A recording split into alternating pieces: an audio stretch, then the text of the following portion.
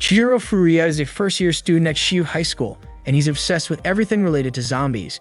He collects all kinds of zombie-related items from DVDs and dolls to designs, video games, and more. What's even crazier is that he dreams of meeting a super cute zombie girl, and he even wants to fall in love with one. Chihiro shares this zombie girl obsession with his two close friends, Yasutaka and Emoji. Naturally, Yasutaka thinks Chihiro's wish is strange, but Chihiro doesn't care because it's been his dream for a long time. Yasutaka is curious about what exactly makes Chihiro so attracted to cute zombie girls. Chihiro simply replies that it brings joy to his heart. Moji suggests that maybe Chihiro feels sympathy for those who have died and come back to life. However, Yasutaka disagrees with Moji's reasoning. The truth is, even Chihiro doesn't really know what drives his obsession with zombie girls. The Furuya family has a long history of maintaining the Shiryu Temple. Chihiro lives with his family at the temple. His grandfather, Jaguru Furuya, seems a bit senile, while his father, Duwon Furuya, serves as the head priest at the temple. His younger sister, Mero Furuya, is a 12-year-old girl. Every day, Chihiro's father handles breakfast while Mero takes care of the other household chores. During mealtimes, Jaguru repeatedly tells Mero to stop putting Napa cabbage in the miso soup, and Mero always replies that it's just regular cabbage. That's just how Jaguru is, and the whole family is used to it because of his age. Another member of their family is Babu, a stray cat that used to roam around the temple until they adopted him. Chihiro's mother passed away when he was young, and he doesn't even remember her anymore. Even so, Chihiro feels their family is incredibly happy, and he's grateful that he's never felt lonely. One day, their family suffered a loss. Babu was hit by a car driven by their neighbor, and Chihiro witnessed it. The neighbor, an elderly man Chihiro had known since childhood, explained that Babu had suddenly appeared when his car was passing by, and he couldn't stop in time. Chihiro was heartbroken, unable to think or do anything. Duin said they couldn't bury animals at the temple because the followers would strongly oppose it, so he apologized to Chihiro and Mero for only being able to bury Babu behind their house. Mero asked her older brother if, as children of the temple, they should be able to control their emotions during times like this. Chihiro responded saying that wasn't true. Mero then approached her brother, and they hugged and cried together over Babu's grave. That night, Chihiro couldn't sleep. He was overwhelmed by thoughts of why death had to happen so suddenly, causing such deep sadness. He even began to think that no one should ever have to die. Suddenly, he had a wild idea. He looked for a book stored in his cabinet, one that he got last year while helping his relatives in the Tohoku region sort through old documents that were to be donated to the local archives. The book seemed like an ordinary notebook, and no one even knew when it had been written. The office considered it useless, but not Chihiro. Inside, it detailed a spell that could supposedly bring the dead back to life. It might have been nonsense, but Chihiro thought there was no harm in trying. He decided to resurrect Babu using the magic from the book. He dug up Babu's grave and placed the body in an empty ice cream container before taking it to an abandoned building. Chihiro figured no one would come there, allowing him to perform the ritual without interruption. He entered the building and went up to the upper floors. Chihiro loved zombies, so he would continue to cherish Babu even if he came back as a zombie. On the second day of preparing the magic potion, Chihiro noticed a girl approaching the well near the abandoned building. Not long after, she screamed into the old well. The next morning, Chihiro took ice blocks from the fridge and put them into a bucket when Mero came up to him, startling him. Mero asked what Chihiro was doing, but Chihiro said he wasn't doing anything. His younger sister didn't believe him, feeling like he was lying, especially with his suspicious behavior. Still, Chihiro ignored her and left with the ice blocks. He placed the ice blocks into a cooler that held Babu's body, neatly stored in his bedroom closet. Chihiro headed to school with Yasutaka and Moji. Yasutaka felt like Chihiro wasn't paying attention to his story, but Chihiro assured him that he was. Yasutaka didn't believe him and asked for Chihiro's opinion. Chihiro was confused about what opinion he was talking about, proving that he hadn't been listening at all. Yasutaka ended up repeating his story, talking about the girls at Senka High School and their classmates. Senka High was known for having the prettiest girls in the area, while Shiyu High School was an all-boys school and was boring in comparison. Yasutaka regretted that the students of Senka High always took a different route to school. In fact, the buildings of Shiyu High and Senka High were located across from each other, separated by a river. Yasutaka had purposely applied to Shiyu High because it was near Senka High, hoping to meet and get to know one of the rich girls from Senka. He also mentioned that a very wealthy girl had started at Senka High this year. Yasutaka was thrilled when he pointed out which girl he meant. The girl with long black hair on the other side of the river was the daughter of Sanka High's principal. Her name was Sanka Rhea. Yasutaka was completely captivated by Rei's beauty and said that because she came from such a high-class family, she was surely an innocent and pure girl. But Chihiro disagreed, saying that not everything was always as it seemed. This irritated Yasutaka, who felt like Chihiro was acting like a know-it-all. Later that day, Chihiro's cousin, Saju Ranko, came to his house to deliver some food. Dune greeted her and mentioned that Mero would be home late today, so he thanked Ranko for bringing the food. Ranko asked where Chihiro was. Dune said Chihiro was in his room, mentioning that since Babu's death, Chihiro always seemed tired and went straight to bed after school. Ranko went into Chihiro's room and woke him up, returning a zombie DVD she had borrowed from him earlier. Chihiro had completely forgotten that he had lent her the DVD. Ranko was surprised, especially since Chihiro had promised to come over to her house to retrieve it.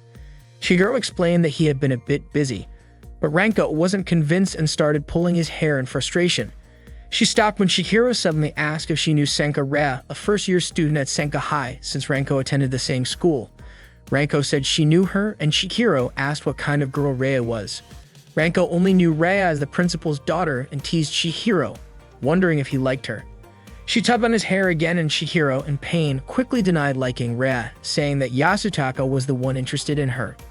Continuing to mess with him, Ranko was annoyed because she thought Chihiro had been upset about Babu's death, but it seemed like he was doing just fine. Chihiro, still in pain, pleaded with Ranko to stop. She threw him onto the bed, said goodbye, and reminded him to come to her house next week.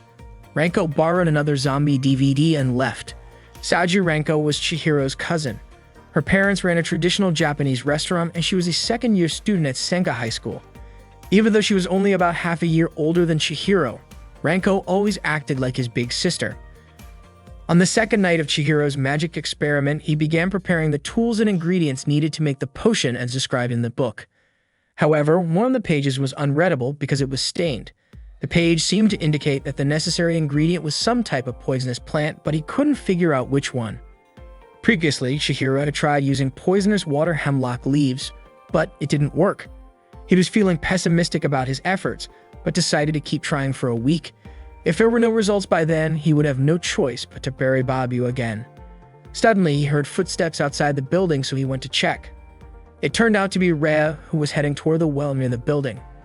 Once she reached it, Rhea screamed loudly into the old well, just like she had the night before, pouring out all her frustrations. Rhea cried out, wondering why she had to be born into the Sanka family. She just wanted freedom to come and go as she pleased with her friends. But because she was part of the Sanka family, she was never allowed to. Chihiro watched from the window above, sipping from a bottle of water. He was shocked when Rhea shouted that she wanted her father to stop taking naked pictures of her on her birthday to record her growth. Startled, Chihiro accidentally dropped his drink, which caught Rhea off guard. Chihiro tried to hide below the window, but Rhea had already seen him. They awkwardly met, and Chihiro felt really uncomfortable around Rhea.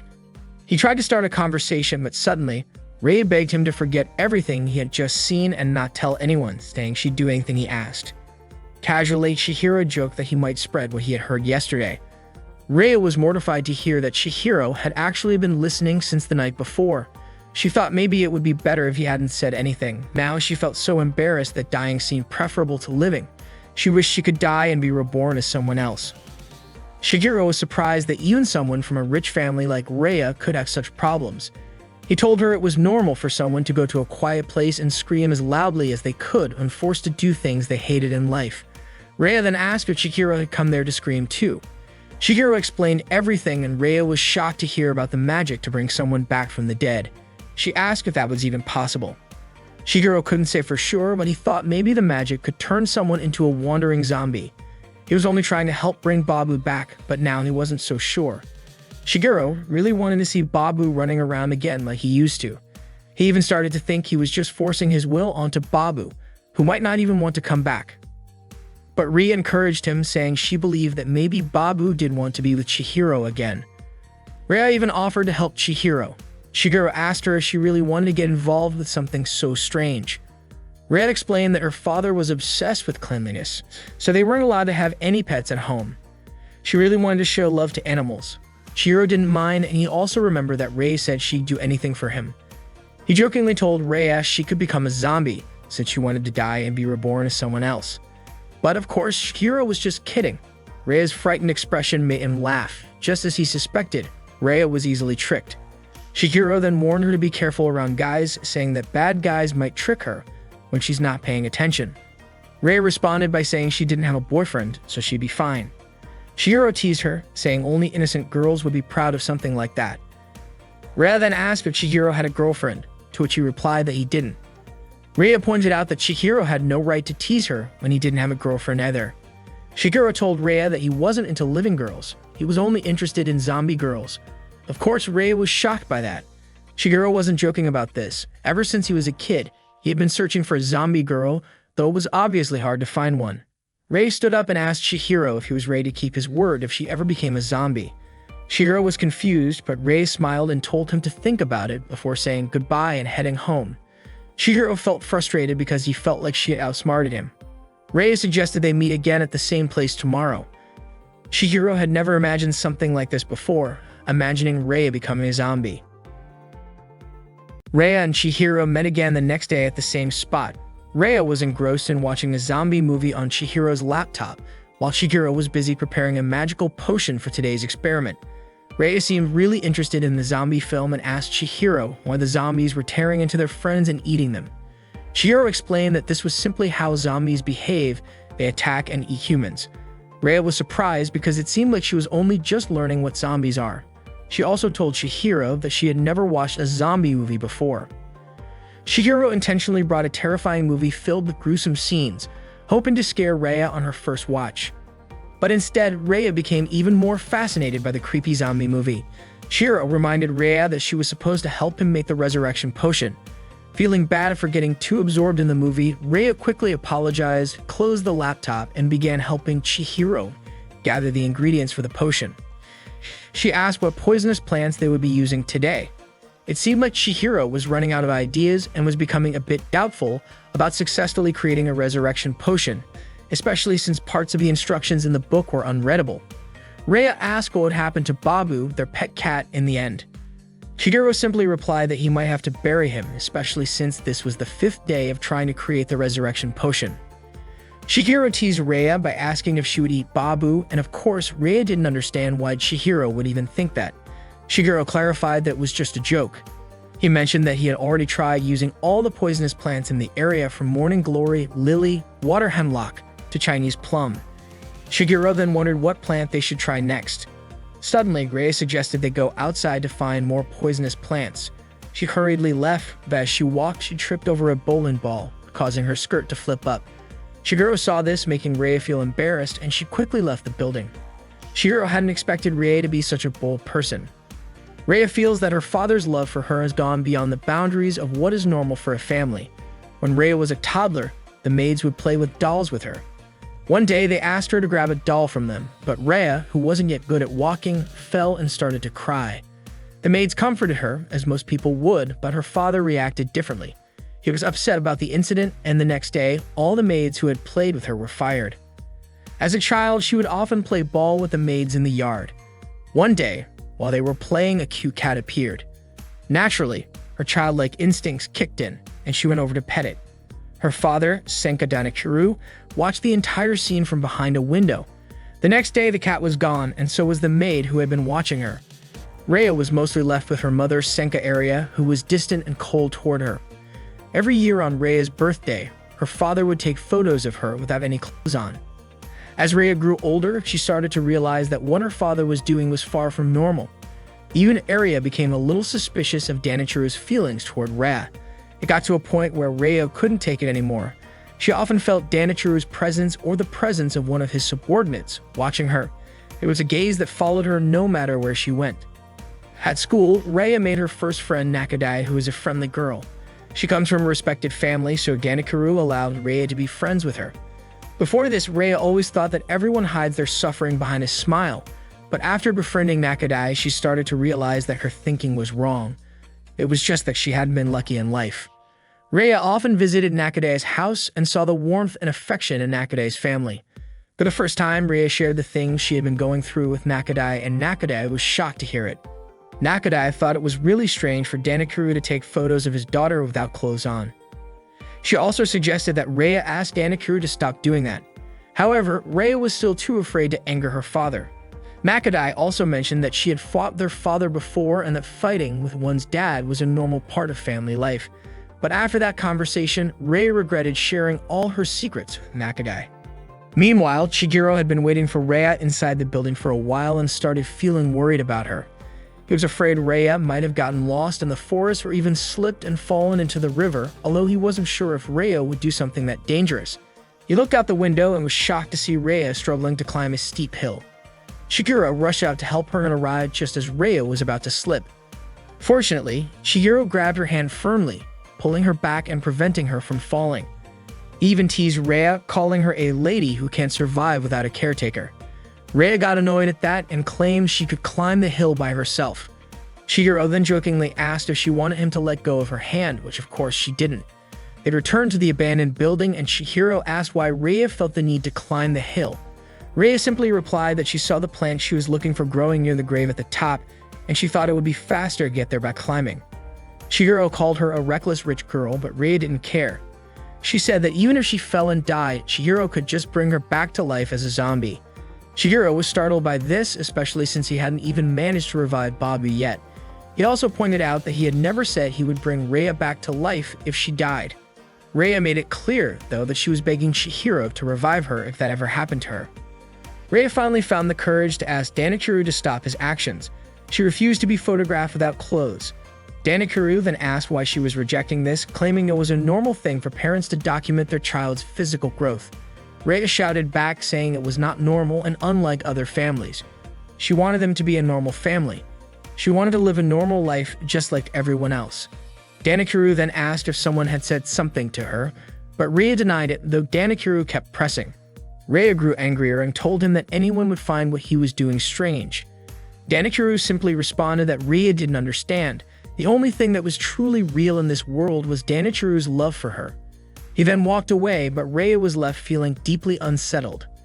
Sure enough, the next day a friend told Rhea that Nakadai was moving away, saying that something had happened to Nakadai's father. He had been forced to quit his job. Rhea knew Danakuru was behind this. Once again, he had interfered. Rhea ran to see Nakadai, relieved she could still catch her before she moved. Nakadai was going to a cat shelter because her new home wouldn't allow pets. Nakadai's family had changed and she was angry with Rhea for saying something to Danakuru. Nakadai felt that she had never interfered in Rhea's life, and now she regretted ever being friends with her. Nakadai left Rhea standing there, feeling devastated. Rhea became more convinced that Danakuru had taken everything from her. Danakuru explained to Rhea that happiness means something different to everyone. He believed that the purity of his love for her was something no one else could understand, and he told her that one day she would realize how deep his love was, deeper than anyone else's. He also warned Rhea that if she didn't understand, someone else would suffer. Danakuru insisted that Rhea didn't realize how much better her life was compared to others. Then Danakuru demanded that Rhea take off her clothes so he could take her picture for her birthday this time. Rhea couldn't stop him this time. She realized that if her happiness came at the cost of someone else's suffering, she would rather live in sadness. Rhea showed Chihiro the poisonous plant she had collected. It was a hydrangea. Chihiro asked why she had chosen a plant that grew all over town. Rhea explained that many people didn't realize how dangerous it was. It was a symbol of her family, and she had many in their garden. Even when she was little, her father had warned her never to put it in her mouth. Suddenly, Chihiro remembered that his forgetful grandfather used to eat hydrangea leaves all the time. Rhea was surprised and wondered if the plant's effects vary depending on the person. They decided to try it out. Chihiro crushed the hydrangea leaves into his potion mixture, and after adding all the ingredients, the potion was ready to test. Chihiro carefully took Babu's body out of the icebox and with care placed the mixture in Babu's mouth.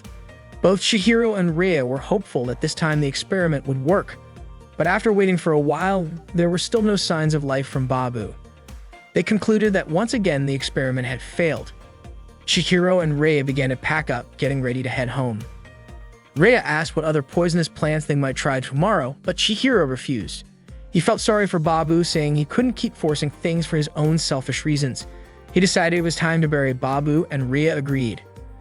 Chihiro thanked Rhea for helping him, and Rhea nervously asked if they wouldn't meet again at this place, but quickly got embarrassed and said goodbye before heading off. Chihiro noticed that Rhea was walking with a slight limp. Rhea mentioned that she had twisted her ankle when she slipped earlier, but said she was fine and continued walking. But Chihiro, worried, ran up to her and lifted her onto his back, much to her surprise as she shouted in shock. He then placed her on the back of his bike and asked her to hold the icebox with Babu's body inside. As they rode, Rhea's mind wandered, wondering why she had been born into a family so different from others. She longed for a normal life, to laugh freely like everyone else. She wished she could be born again and find freedom. If that wasn't possible, then maybe it would be better to just die. Rhea asked Chihiro to stop the bike near a tunnel not far from her home. Chihiro, confused, asked if her house wasn't up the hill and offered to take her all the way to the front door. But Rhea refused, explaining that she never used the front entrance. She planned to sneak in through a secret door hidden in the bushes, and fortunately, her father hadn't grown suspicious yet. Chihiro wondered how terrifying Rhea's father must be. Before leaving, he reminded Rhea not to be late for Babu's funeral tomorrow, and she agreed. Rhea slipped through the hydrangea bushes and Chihiro continued on his way. Little did they know, Danikaru was watching them from afar through binoculars. When Rhea reached the back door of her house, Danikaru called out to her and immediately slapped her across the face. Ranko was soaking in Chihiro's bathtub when she suddenly heard the sound of Chihiro's bike stopping outside. She greeted him from the bathroom window, catching Chihiro off guard. Shocked, Chihiro asked why Ranko was in his bathroom.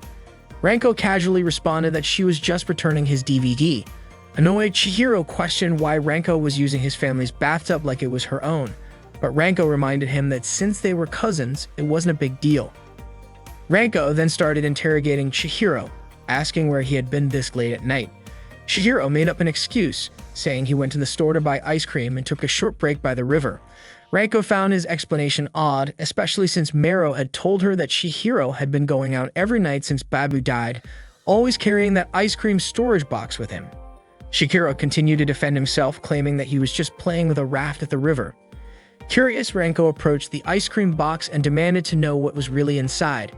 Panicking, Chihiro begged her not to open it. Teasing him, Ranko asked if Chihiro's zombie obsession was starting to get the better of him, suggesting he might be doing something inappropriate with Babu's body. Ignoring Chihiro's pleas, Ranko opened the lid of the box and suddenly, something jumped out. Chihiro was overjoyed. This meant his magic had worked and Babu was alive again. The event happened so quickly that Ranko didn't get a good look at what had come out of the box. Meanwhile, Rhea was feeling heartbroken because she wouldn't be able to see Chihiro for Babu's funeral tomorrow. Danichiro had forbidden her from leaving the house, not even for school. Secretly, Rhea had taken a small portion of the magic potion she and Chihiro had made together. Even though it probably wouldn't bring her back to life, it still contained poison. Desperate, she drank the potion, hoping it would kill her. Rhea had lost all hope in her life, feeling that it would be better to die than to continue living in such misery. Chihiro recalls the time he gave Rhea a ride home, and throughout the journey, neither of them spoke a word. Rhea simply enjoyed the trip with Chihiro, as it was the first time she could go out with someone else. Before this, her father had always forbidden her from going out with her friends. Chihiro regrets that moment a little. He should have asked her what she was thinking, or maybe about her hopes for the future. If he had done so, that might have been his last chance to help Rhea. Danichiro's rage became uncontrollable when he found out that Rhea had secretly left the house to meet Chihiro. When Rhea returned, he didn't hesitate to slap her multiple times. He strictly forbade her from leaving the house, even stopping her from going to school.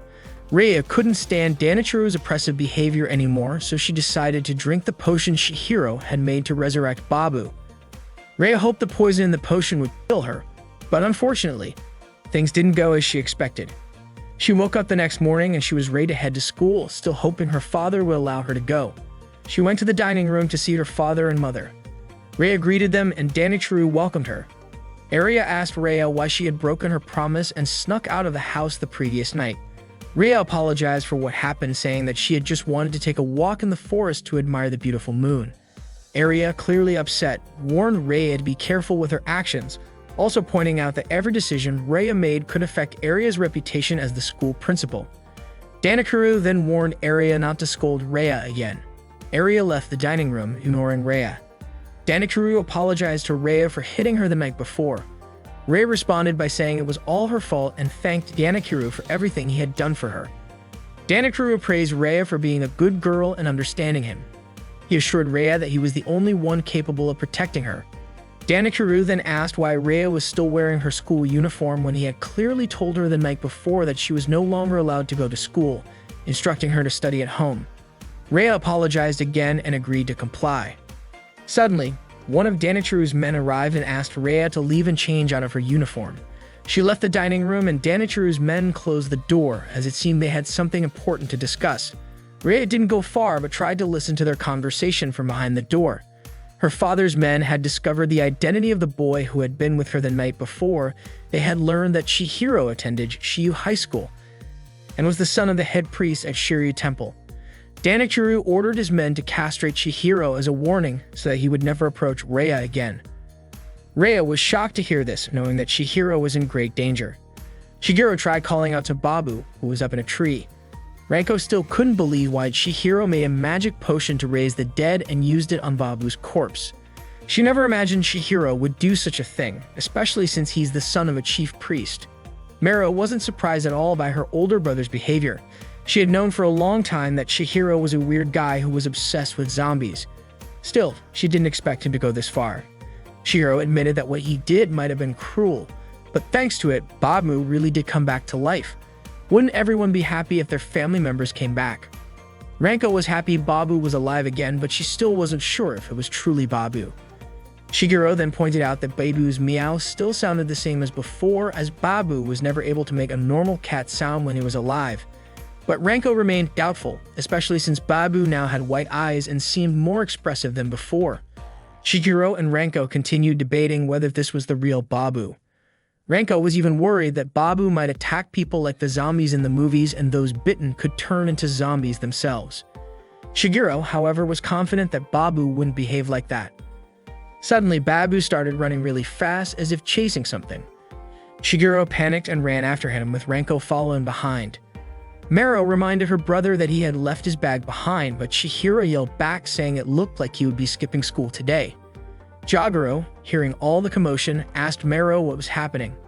Mero told him that Chihiro had adopted another cat and managed to bring Babu back to life. Hearing that, Jagoro was overjoyed. Chihiro tried to grab hold of Babu, who was right in front of him, but he failed. He wasn't too surprised though, since Babu was usually easy to catch. Ranko asked if it was safe to touch Babu with bare hands. They kept following Babu as he ran along the fences of people's houses. Chihiro told Ranko she should just head to school since she probably had sports practice, but Ranko said it was her duty as his older sister figure to keep an eye on him. Eventually, they reached a narrow, long drainage tunnel. Without hesitation, Chihiro went in to keep following Babu. Ranko couldn't believe he was actually doing this. Meanwhile, Rei was sneaking out of her house through the back door, passing through the hydrangea bushes. Arya clearly saw her leaving from the window but didn't care. Danikuru passed by and Arya offered him some wine, but he ignored her as usual. Arya knew Danikuru had long since stopped paying attention to her.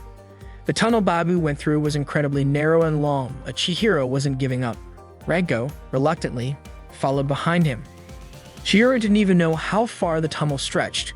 Ranko felt the tunnel's walls were scraping against her and her body was getting stuck. She couldn't move at all, but Chihiro ignored her and kept going, leaving her behind. Ranko was frustrated that Chihiro was so focused on Babu and didn't show her the slightest bit of concern. No matter how loudly she shouted, Chihiro kept getting further and further away.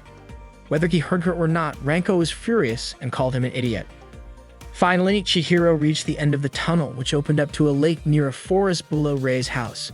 It turned out Babu just wanted to get a drink of water before continuing on his way. Near the school's baseball field, Yasutaka and Moji sat together looking out at the garden. Yasutaka asked Moji if he liked baseball, and it turned out Moji only enjoyed watching it. Then Yasutaka asked if Moji liked girls, and Moji responded with a similar answer, saying he only liked looking at them.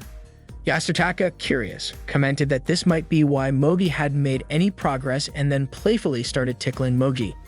He poked Moji's chest, making him squirm with laughter. Yasutaka kept teasing him, asking if it felt good, while Moji just laughed, trying to hold in his giggles. Yasutaka seemed to enjoy messing with Moji, but Moji still didn't fully get what Yasutaka was trying to say. Yasutaka mentioned that from where they were sitting, they had a good view of the Senka High School students. Suddenly, Rei appeared, calling out to them from behind the fence, asking if they had seen Chihiro. Both Yasutaka and Mogi were shocked. Yasutaka especially was thrown off as he couldn't believe that Rhea, the girl he had secretly admired, was actually talking to him. Rhea repeated her question, asking for Furuya Chihiro, the first-year student. Mogi then told her that Chihiro hadn't come to school yet. Yasutaka, still curious, wondered why Rhea was looking for Chihiro. Rhea, somewhat nervously, replied that Chihiro was about to be castrated, thanked them, and quickly left. Yasutaka was left in stunned silence, unable to process the fact that Chihiro, of all people, was somehow connected to Rhea. Meanwhile, Rhea was still searching for Chihiro, feeling anxious after her interaction with Yasutaka. She wondered if she had said something strange. As she continued walking through town, one of Danichiru's henchmen spotted her. The henchman immediately called Danichiru, informing him that Rhea was in town. Danichiru instructed his henchmen not to rush into capturing her, but to continue following her. Danichiru was frustrated, not understanding why his daughter was being so stubborn and refusing to listen to him. Rhea kept walking until she reached a slope, still searching for Chihiro. At the same time, Chihiro was wandering near the cemetery, trying to find Babu, when he realized that Ranko wasn't with him. He grumbled to himself, wondering where Ranko was since she had said she would watch over him, but now she was nowhere to be found. The sky was getting cloudy, and it looked like it was about to rain. Suddenly, Chihiro spotted Babu in the bushes, eating hydrangea leaves, and was shocked. Chihiro then remembered that this was the same place where Rhea had gotten the hydrangea flowers the night before. To his surprise, he then noticed Rhea herself limping along the cliff above. Rhea thought Chihiro was waiting for her at the old building, so she was heading there, hoping to meet him again. She felt incredibly guilty and didn't want Chihiro to get into trouble with Danichiru because of her. Suddenly, Danichiru called out to her, asking where she was going. Startled, Rhea turned to see Danichiru and his henchmen standing behind her. Danichiru calmly suggested that while it was nice to go for a walk in the woods, this was getting a bit far. Chihiro watched the entire scene from below, confused about what was going on. Danichiru tried to coax Rhea into coming back home, saying it wasn't too late to forgive her for her actions. He reminded her that she was his daughter, a bright and intelligent girl, and a member of the Sanka family. As he reached out to touch her, Rhea firmly pushed him away, telling him no for the first time in her life. This bold move shocked Danichiru. Chihiro, still watching, couldn't understand what they were talking about. Danichiru, stunned by Rhea's defiance, asked her to explain her behavior. Rhea finally spoke up, telling him that while she knew she was his daughter, that didn't mean he owned her heart and body. All she wanted was a little freedom. Danichiru then asked her what kind of freedom she was looking for. Was it the freedom to leave home or the freedom to love someone? Rhea stood silent for a moment, but Danichiru forcefully grabbed her hand, trying to drag her back home. Babu, who had been watching the whole time, climbed up the slope and chased after them. Rhea kept begging her father to let her go just for today, but Danichiru firmly refused, knowing that Rhea only wanted to meet Chihiro. Babu approached them, and Danichiru, startled, called the cat filthy.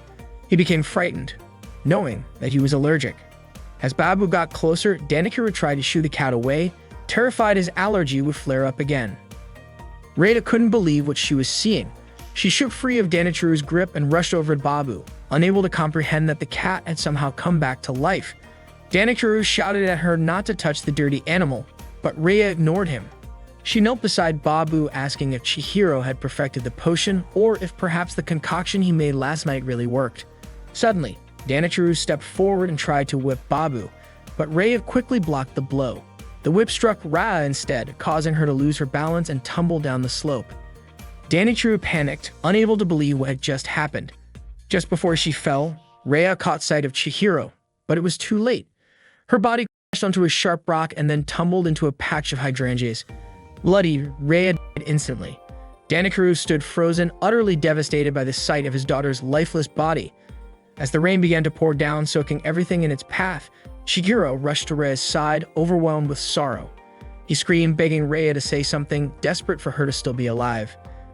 Chihiro muttered that Rhea didn't need to die for real, that what he said earlier was just a joke. But now he realized Rhea's request to be brought back to life had been more serious than he ever imagined. He broke down in tears, devastated that he couldn't save her. As he mourned, Babu approached Rhea's body and began licking the blood from her hand. Just as Chihiro was about to walk away, he suddenly heard someone call his name. He froze, unable to believe his ears. It was Rhea. Her lifeless body was rising, stumbling toward him, softly whispering his name. Shigeru stood in disbelief, unsure of what he was witnessing.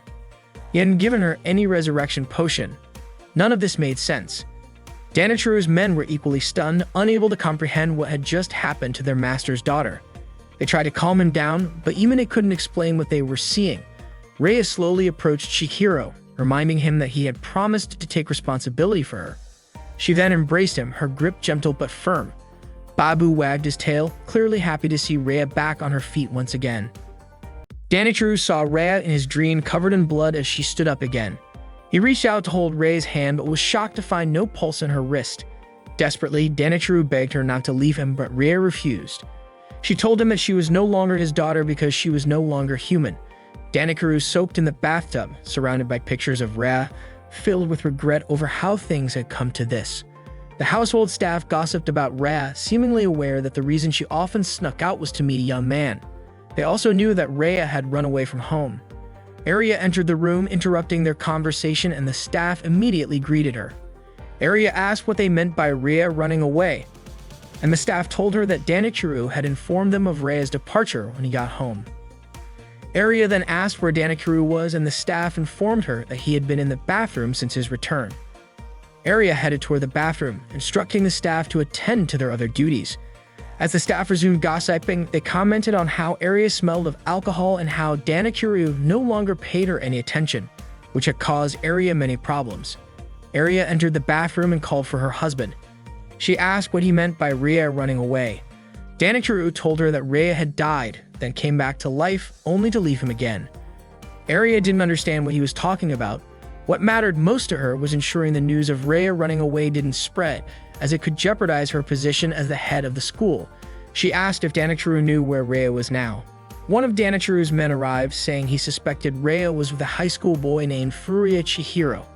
Arya asked who Chihiro was, and Danichiro believed that Chihiro had deceived Rhea and was responsible for everything. Enraged, Danichiro stood up from the bathtub, shouting that he would rescue Rhea and purify her heart and soul with his love. Senka High School, an all-girls school, had a unique routine. Every student had to sew for 10 minutes before class started. This activity wasn't just to sharpen their skills, but also to help them calm their minds, and they did this every day. Rhea had been sewing since she was a child, long before attending school, which was why she was able to stitch up her own wound. Chihiro helped hold her stomach while she stitched it, making him a little nervous. Once finished, Rhea wrapped the wound with a bandage. Being a zombie made her laugh with delight since she no longer felt any pain. Chihiro pulled her aside, asking if she didn't understand that she was dead. Her body was cold, her heart no longer beat, and her pupils were dilated. He was puzzled as to how Rhea could still laugh. Rhea cheerfully replied that this was the first time she had ever been in a boys' room, leaving Chihiro speechless. After gym class, Ranko changed out of her uniform. A friend invited Ranko to find something sweet on the way home, suggesting they visit a nice cafe along the roadside. However, Ranko declined, explaining she had other plans. She was still upset at Chihiro for leaving her in that small tunnel while chasing after Babu, and vowed to get back at him. She accidentally mentioned that she would strangle him, which confused her friend. Ranko brushed it off and quickly left. Rhea was enjoying the evening view from Chihiro's bedroom window, the air feeling cool after the rain. Shigeru was confused, wondering if Rhea planned to stay the night in his room or even stay forever. He glanced at Rad, noticing her slightly open back, and then got nervous when she asked if he could see her. He quickly replied that he didn't see anything. It turned out Rhea was pointing out that Babu was sitting on a tree branch. Shigeru felt relieved, as he had been worried about Babu. He called out to Babu, and when Babu turned, his black eyes had returned to normal ever since eating the hydrangea leaves. After hearing Babu's meow, Rhea mentioned that something seemed odd about Babu's nose, wondering if he was okay. But Chihiro reassured her, explaining that Babu had always been like that during his life. He had even been taken to the vet, but they said it couldn't be cured. His meow sounded like that, which is why he was called Babu. It seemed like Babu didn't understand how much Chihiro worried about him. Babu meowed again, and Rhea said that Babu was saying the tree felt really comfortable. Chihiro was shocked that Rhea could understand what Babu's meows meant. Rhea explained that she just had a feeling Babu was saying that. Chihiro started wondering if they had some special zombie language. To him, Rhea's personality hadn't changed at all since becoming a zombie. Rhea then asked if something was wrong, and Chihiro said it was nothing. Rhea teased him, asking if she should act more like a zombie, and then began mimicking one. Chihiro stayed silent, honestly thinking Rhea was already beautiful enough as she was. He asked her if she had any regrets about becoming a zombie. Rhea said she didn't regret it at all because she believed Chihiro would take responsibility. Chihiro asked her what kind of responsibility she had in mind. Rhea requested that he take her shopping, visit art galleries together, or watch zombie movies with her. She had so many other requests like going to amusement parks and other places. Rhea just wanted to experience the life of a normal girl, something she had never been able to do. Chihiro found it strange that although Rhea was a zombie, she wanted to live a normal girl's life. Rhea asked if that was weird or if Chihiro couldn't do those things with her. She grabbed Chihiro, causing him to feel a bit of pain. Rhea's strength was truly incredible this time. Rhea then tried to move her face closer to his, intending to kiss him, but her attempt was interrupted by Ranko's shout from outside Chihiro's house. Ranko yelled for Chihiro, telling him to come out. Chihiro looked out the window and saw Ranko, who was mad at him for leaving her earlier that morning.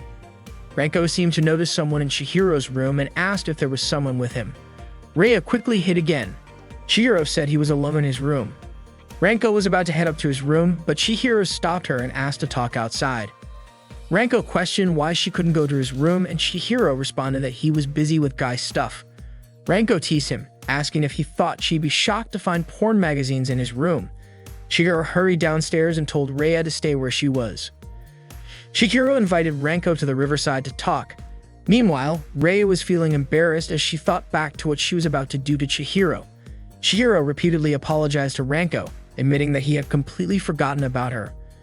But Ranko wasn't satisfied with his apology, so she angrily started choking him, tightening her grip as she grew more upset. Then Ranko asked about how Babu was doing. Chihiro reassured her that Babu was fine and hadn't attacked anyone. Ranko told Chihiro to get a phone so she could reach him, but Chihiro insisted he didn't need one.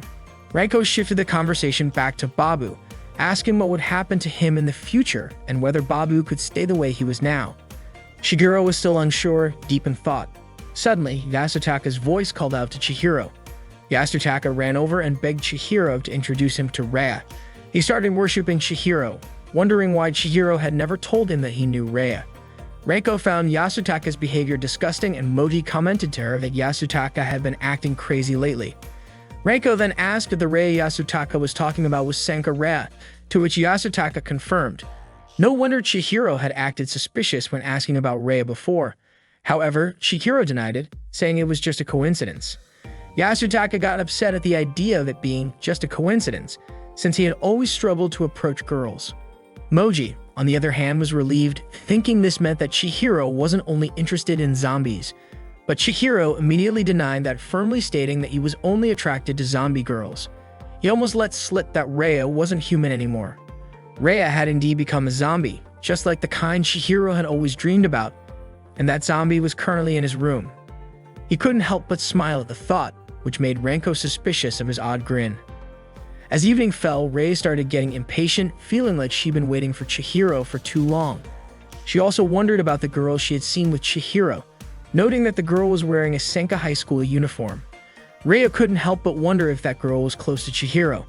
Feeling restless, Rhea decided to leave the room, assuming no one else was in the house.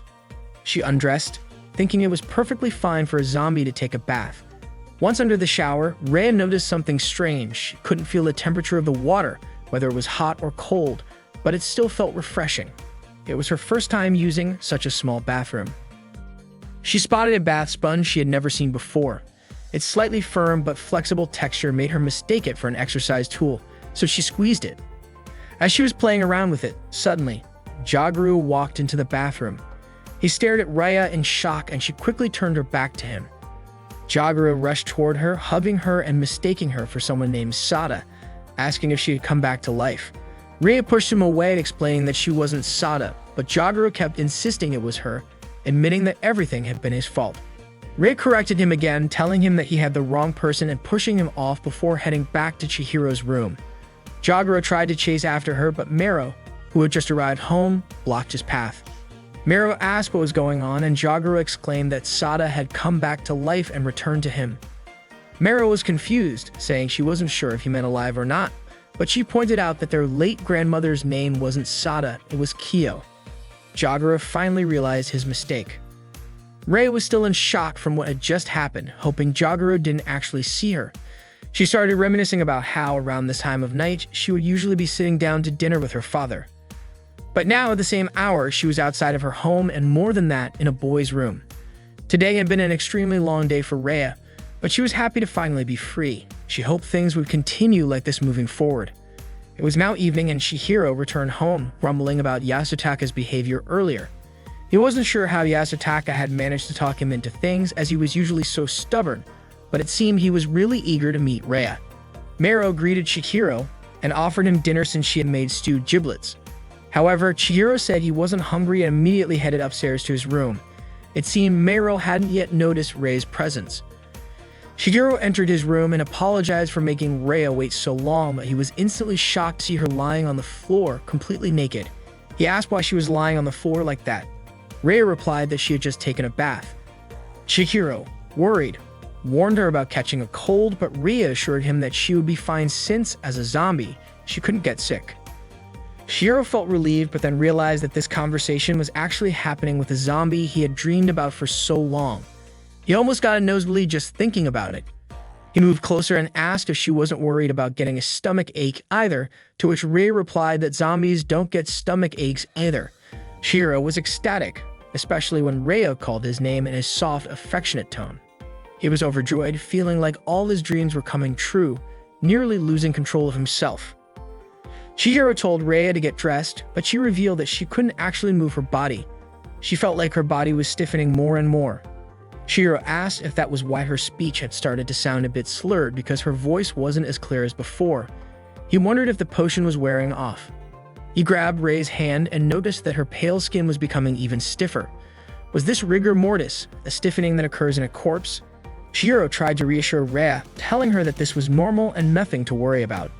Rei praised Chihiro for knowing so much, which made her so happy that Chihiro didn't even realize it.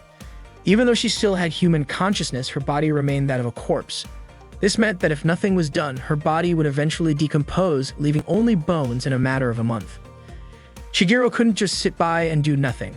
He remembered Rei's wish for him to help her experience the normal life of a girl that she never had before. Chihiro gently lifted Rei onto the bed and covered her with a blanket. He needed to find a way to preserve her body as soon as possible. Tonight marks the first time Rei is staying over at Chihiro's house. Chihiro turned on the air conditioner in his room and set the temperature to be very cold, intending to help preserve Rei's body. With the cold temperature, her body wouldn't deteriorate so easily. After setting up the AC, Chihiro left his room, wished her goodnight, and headed to the shrine. Tonight, he needed to stay there. As he walked away, Chihiro couldn't stop thinking about Rei. He was worried about her body, which was going through rigor mortis. If this kept going on, her body would eventually rot and fall apart little by little. Chihiro needed to find a way to preserve her body before it got worse. With those thoughts in his head, he tried to fall asleep.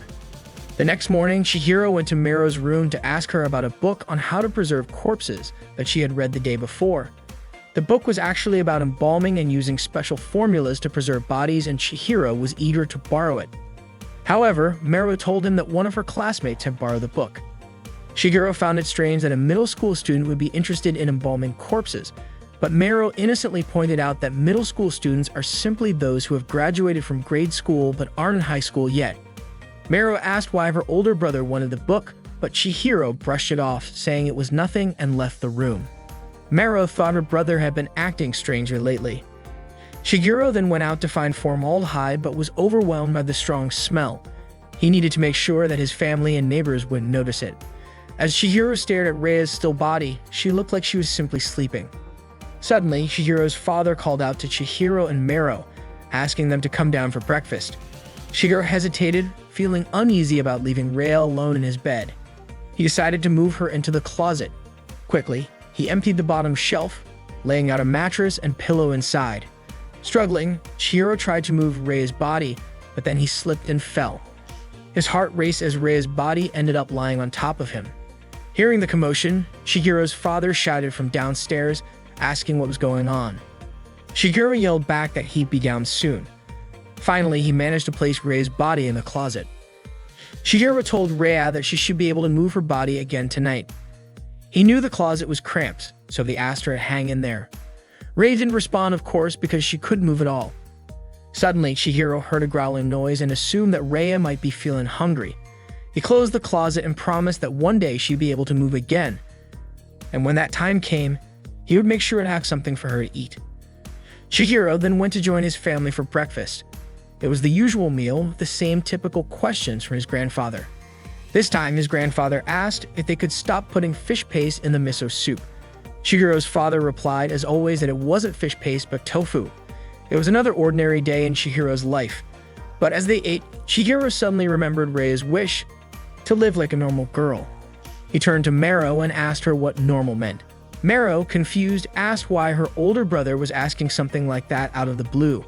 Chihiro just brushed it off, saying it was nothing. Meanwhile, Jagura was still questioning the fish paste in the miso soup, and once again, Chihiro's father gave the same response. Ranko had just finished delivering a food order to the Senka family's house when suddenly, her junior appeared from behind the fence. Ranko was startled to see them. The junior asked what Ranko was doing there, and Ranko explained that she was just doing her job, delivering an order from the restaurant. Then Ranko asked what her junior was doing there. The junior said that Rhea was their classmate and that lately she hadn't been attending school, which made the junior worried. That's why they'd come to check on her. Ranko suggested that they could have just come through the front door. Then she noted that her junior must have a lot of free time and she got ready to leave.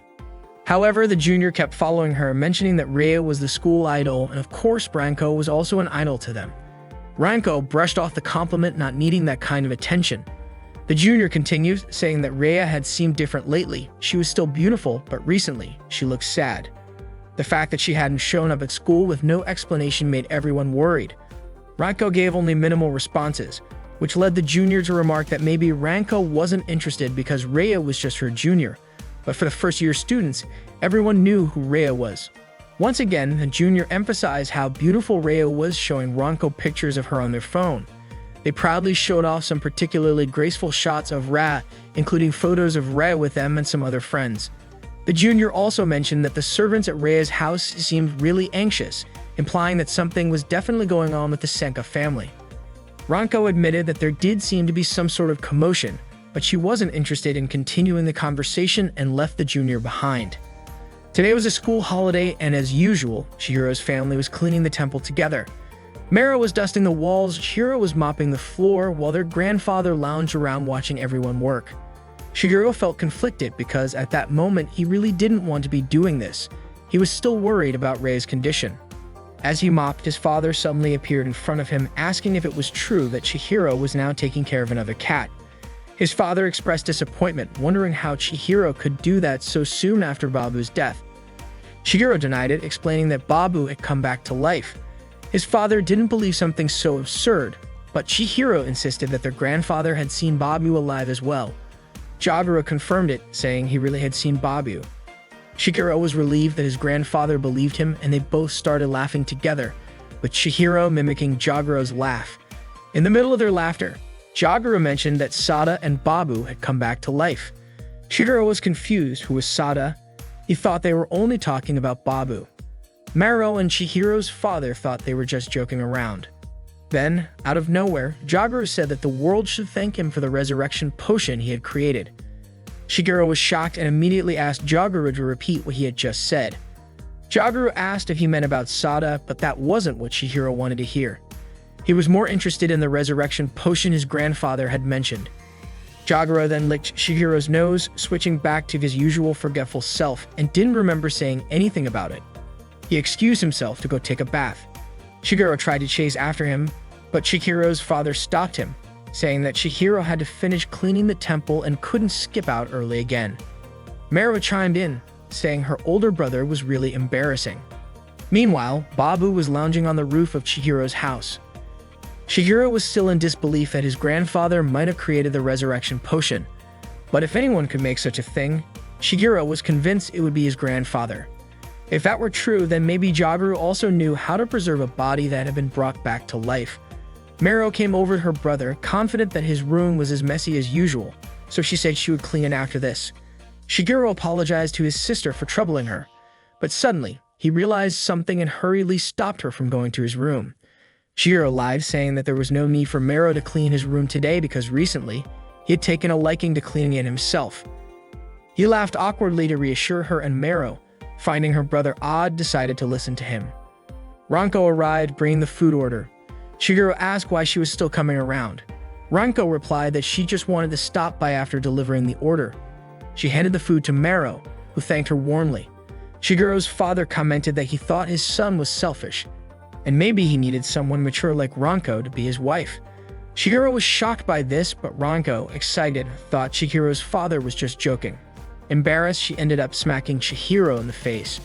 Shigeru continued mopping the floor while Ranko asked if he heard the news about the princess from the Sanka family running away from home yesterday. The Sanka family was one of the restaurant's regular customers. Whenever Ranko delivered orders there was always a big commotion. Ranko even began to realize that someone like Ria also had her own problems. Ranko started teasing Chihiro by making up a story. Maybe Rhea had risen from the dead, reunited with her boyfriend, and they began a forbidden love, eventually eloping together. They spent the night at a seaside hotel, two people who weren't supposed to be together, yet they decided to unite their bodies and souls. Ranko then asked Chihiro if Rhea was his type. She mentioned that Yasutaka had said yesterday that Rhea was very close to Chihiro. Chihiro denied it, saying he just happened to meet Rhea while walking and they chatted briefly. Besides, why should he discuss this with Ranko? Ranko, considering herself like an older sister to Chihiro, said she had to know about all of his relationships, but Chihiro still refused to admit any connection with Rhea. Ranko playfully choked Chihiro, and he understood not to argue with her. She then excused herself, saying she had to help out at home and apologized for bothering him. Chihiro, still in pain, was left wondering what Ranko's behavior really meant. Chihiro's father yelled for Chihiro to mop the back of the temple, and he complied. Suddenly, Ranko stopped in her tracks and asked to borrow another one of Chihiro's zombie DVDs before leaving. Chihiro was still thinking about the chaos going on at Rhea's house. It was natural for Rhea's father to be stressed, but Chihiro knew he couldn't let Rhea go home in her current condition. Ranko entered Chihiro's room and was surprised by how cold it was. She couldn't believe Chihiro had the air conditioning on at this hour, so she turned it off. She struggled to choose a zombie DVD because the titles all seemed so similar. Meanwhile, Mara was hanging out the temple cushions when she noticed Babu walking across the rooftop. Ranko tried to pick a DVD using Eeny Meeny Miny Mo, but it didn't work because she had apparently already watched them all. Suddenly, she spotted a long hair on the floor, a black, long strand that definitely wasn't Chihiro's. Curious, she approached the closet and opened the door, but found nothing. Maybe it was just her imagination. In fact, Rhea's body had moved to the top shelf, and she was watching Ranko from above. Chihiro suddenly remembered that Rhea had seemed hungry earlier. He was confused about what Rhea could possibly eat, given the condition of her stomach. Rhea lunged at Ranko from the top shelf. Ranko didn't know who was attacking her at first, but the figure held her tightly. When Ranko saw her face, she realized it was Rhea. Rhea sniffed her body and started gripping Ranko's chest, squeezing harder and harder. Ranko, in pain, begged Rhea to stop. Ranko noticed blood dripping from Rhea's stomach and pointed out that she was seriously injured, but Rhea just laughed. Ranko suggested they call an ambulance, but Rhea's behavior seemed odd to her. Ranko began to wonder if Rhea was a zombie. Rhea tore Ranko's clothes open at the chest, and Ranko screamed loudly, startling Chihiro, Chihiro's father, and Mero. Chihiro rushed back to his house after hearing the scream. He flung open the door to his room and saw Rhea licking Ranko's chest. Rhea was no longer in rigor mortis. Chihiro quickly pulled Rhea off of Ranko. Rhea called Chihiro's name, got up, and lunged at him, kissing him on the lips. Ranko could only watch. Rhea then wrapped her arms tightly around Chihiro, squeezing him so hard that he was in pain and couldn't break free. Ranko, shocked, screamed loudly. Chihiro always dreamed about a beautiful zombie girl, imagining romantic situations with her. But now that dream has turned into reality since Rhea became a zombie. Rhea entered Chihiro's dream, and now she knows the romantic scenarios he's been dreaming of. She plans to make Chihiro's dream come true. Rhea approaches Chihiro and kisses him, holding him tightly. In the end, Chihiro's dream does become a reality, but Rhea's embrace gets stronger and starts to hurt him. Ranko, looking puzzled, just watches from the side. She screams loudly, and the sound echoes outside. Chihiro's father asks Mero if she also heard the scream. Mero responds that it probably was Ranko, but reassures him that Chihiro is with her now, so there's nothing to worry about. After finally finishing her kiss, Rhea lets Chihiro go. Ranko looks angry at Chihiro and demands to know what's going on. Why is Ra in his room, and more importantly, why didn't Chihiro take her to the hospital when she's clearly injured? Ranko suspects that Rhea must be a zombie. Chihiro says he'll explain everything, but Ranko cuts him off, accusing him of being a murderer. She throws a clock at him, hitting him on the head. Ranko continues to hit Chihiro with a stuffed animal, calling him weird and accusing him of killing people for his zombie experiments.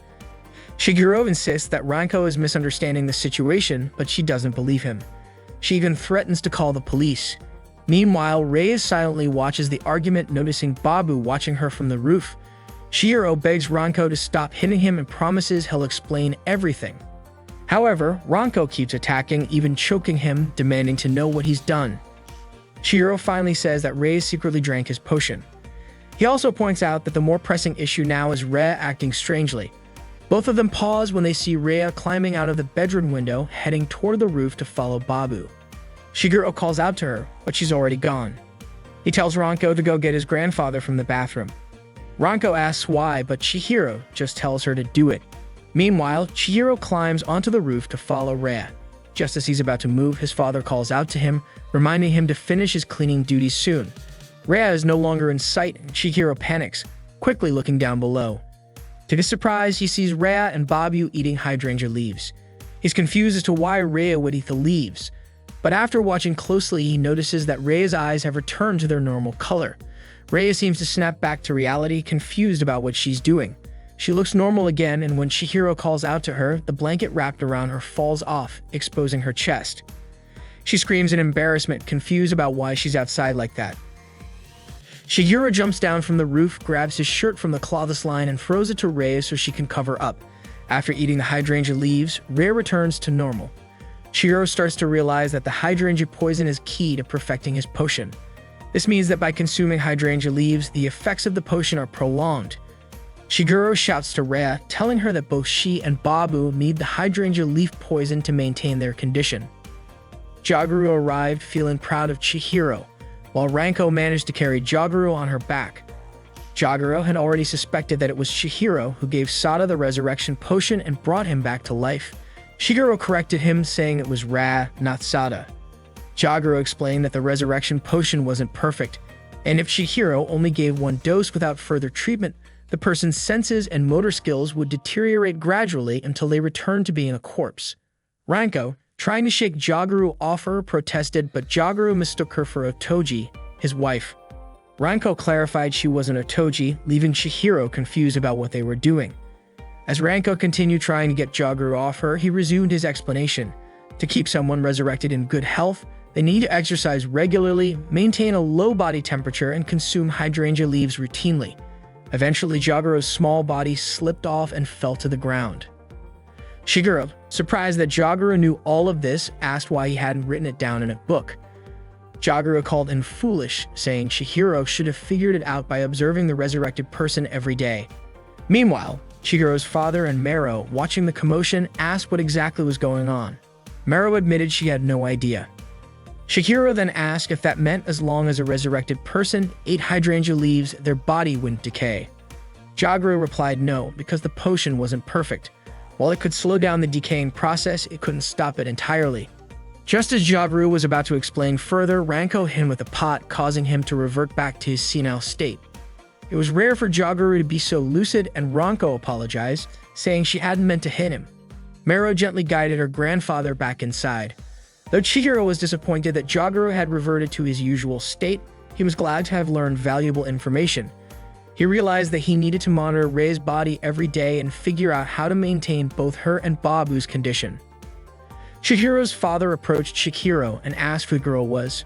Chihiro, flustered, said he would explain later, or he should have told him earlier. Rav, noticing their conversation, became anxious. She worried that now Chihiro's family knew about her, she might not be able to stay in the house anymore. Chihiro's father pressed Chihiro for an answer. Chihiro then pleaded with his father to allow Rhea to stay with them. Rhea and Ranko were both shocked by this request, and Chihiro repeated it, emphasizing that Rhea had nowhere else to go and that he felt responsible for her. Chihiro kept pleading, and Chihiro's father, while processing the situation, remarked that it was unusual for Chihiro to be so serious about anything other than zombies. Shigeru whispered to Ranko that this was, in fact, also about zombies. Shigeru's father, still unsure of the full situation, recalled that the Shiryu Temple had been used as a refuge in the past, so it should be fine for Rei to stay. Shigeru was stunned by his father's response. Shigeru's father explained that he had no reason to turn Rei away. Overjoyed, Chihiro thanked his father, but Ranko looked downcast after hearing this. Shigeru called Rei over, saying his father had given her permission to stay, so she no longer had to hide. Hearing Chihiro's words, Chihiro's father concluded that Rei must have already been living with Chihiro, which Chihiro quickly denied, saying that wasn't what he meant. Ranko approached and teased, so that's how it is, but Chihiro denied it again. Rei and Ranko exchanged glances, making Rei feel even more uneasy, knowing the situation was becoming more complicated. Ranko accused Chihiro of being a playboy and nearly strangled him, but stopped when she realized Chihiro's father was watching. She excused herself, saying she had to deliver an order. Before leaving, Ranko borrowed some of Chihiro's clothes from the laundry line, and her own clothes had been torn by Rei earlier in the room. Chihiro's father just smiled at Chihiro, amused by the situation. Night had fallen and Chihiro decided to start writing notes since Rei had been living with him.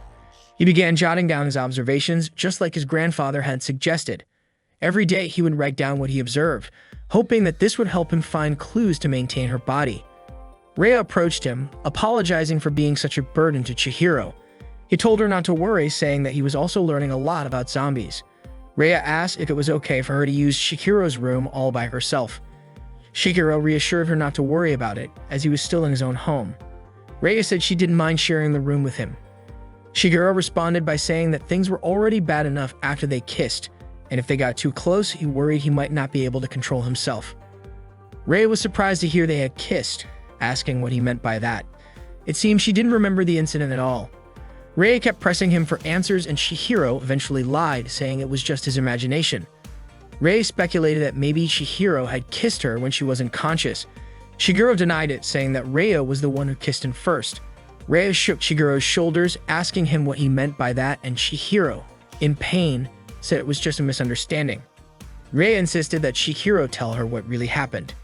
Their argument could be heard from Miro's room. Chihiro, feeling the pain, realized how strong Rei had become. Her brain's strength limiters didn't seem to be working anymore. Rei made sure nothing had happened between them when she wasn't conscious. Miro, hearing the commotion, assumed her brother was just enjoying his youth. Chihiro decided to start recording Rei's every move so he could notice even the slightest change. He examined Rei's body, her thighs, legs, upper arms, and the back of her neck. All seemed normal. Rei was shocked by what Chihiro was doing. Chihiro explained that this was part of his zombie research. Rei asked him to stop because it was embarrassing, but Chihiro said it was for her sake, so she didn't need to do anything. From that day on, Chihiro would record every part of her body, and Rei was surprised to hear that, but Chihiro continued teasing her, making her smile in front of the camera. Chihiro's family was having dinner in the dining room, and as usual, his grandfather asked a question. This time, he wondered why there was paprika in his miso soup, but Miro explained it was eggplant. Chihiro's father asked Chihiro why he didn't invite Rei to dinner. Chihiro explained that Rei was too shy to eat with them, so she would eat alone later. Miro was disappointed because she had made extra food for Rei. Chihiro said it was fine and that next time Miro didn't need to go through the trouble since Rei didn't want to be a burden on the family. Chihiro's father told Chihiro that Rei shouldn't think like that, and Miro asked Chihiro to let Rei know she would be happy if Rei ate her food. Chihiro said he would tell her. Chihiro started thinking about all the problems he had to deal with, and maybe Rei should pretend to eat even if she had lost her sense of taste. Ranko then came to Chihiro's house, bringing clothes for Rei to wear every day. Chihiro instead asked Ranko to lend her underwear as well, but Ranko refused, saying she would buy new ones and bring them tomorrow. Before leaving, Ranko told Chihiro that she already knew Rei wasn't his girlfriend. Chihiro thanked Ranko, which made her smile. Chihiro felt relieved that Rei at least had a change of clothes, but he was still thinking about the issue of food. In his opinion, Rei no longer had a functioning metabolism, so maybe she didn't need food at all. Rei still looked the same as she had before she died. When he returned to his room, Chihiro saw Rei feeding hydrangea leaves to Babu. Watching Rei and Babu made Chihiro feel a bit sad. Rei and Babu were no longer like him, they were different creatures now. Rei called out to Chihiro, and as he entered, he told her he had brought her a change of clothes. Rhea thanked him. Shigeru invited Rhea to go for a walk outside. Rhea asked Chihiro if he was sure about letting her be outside. Shigeru explained that his grandpa had said Rhea needed to move around more. It seemed a bit strange on the surface. Chihiro and Rhea looked like a normal couple, but Rhea was actually a zombie. At first, Chihiro kind of enjoyed the situation, but after a while, that excitement started to fade. Time passed at the same pace for both humans and zombies. While they were walking, one of Danichiru's men spotted them from a car and kept watching. Rhea mentioned to Chihiro that she hadn't felt the need to use the bathroom or felt sleepy at all. She wondered if that meant she was truly dead. Rhea wasn't sure if there was an afterlife waiting for people who die normally. If she became a ghost, she thought she might not have the chance to walk around and talk with Chihiro. Rhea said she felt more suited to being a zombie and even thanked Chihiro for giving her this sense of freedom, despite being a zombie. Chihiro felt a wave of sadness wash over him, knowing that if Rhea stayed this way, one day she would decay and turn to ashes. He promised to take responsibility for her. Rhea asked him to take care of her body, though she realized she probably shouldn't have phrased it that way since it sounded a bit strange.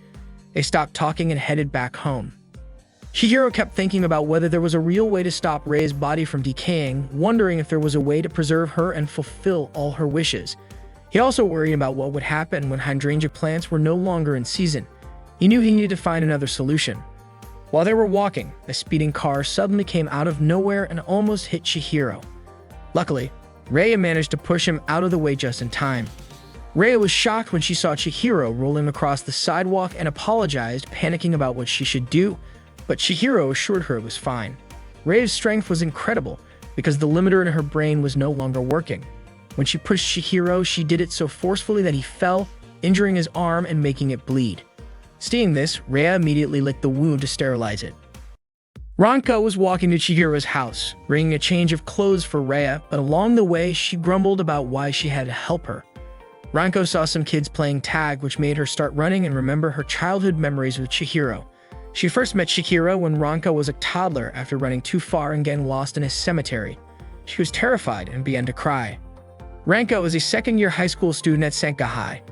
Her mother, Saoji Kaoru, owns a restaurant called Saoji Specialties, where her father works as the head chef. Being the daughter of restaurant owners, she's been helping out at the restaurant since she was little. Whenever her family needs her, Ranko is always ready to lend a hand.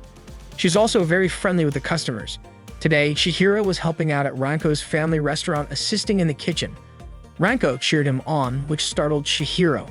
He asked her not to talk to him so suddenly, especially while he was holding a knife as he could accidentally cut himself.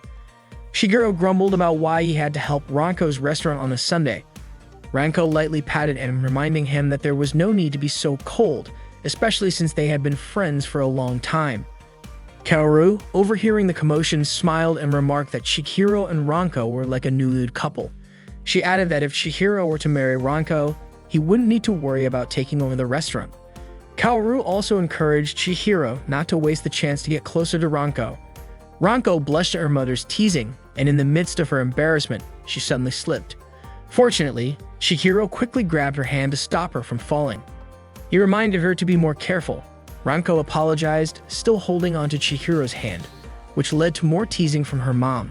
Flustered, Chihiro let go of her hand, and Ranko jokingly said that he didn't have to let go so quickly. Ranko first met Chihiro when she was in grade school.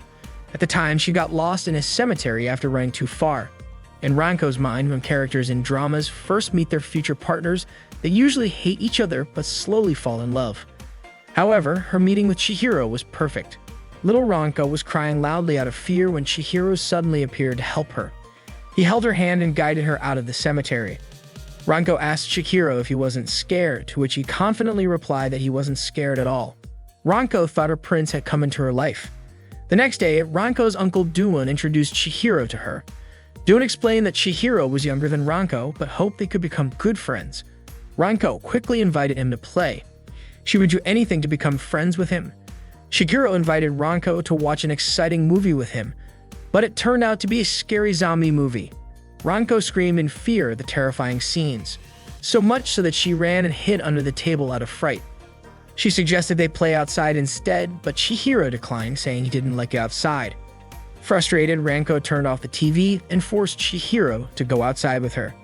Shigeru had no choice but to follow Ranko's lead and join her for a walk. While they were walking, Ranko asked Chihiro what he usually did for fun. He replied that he just watched zombie movies and read zombie books.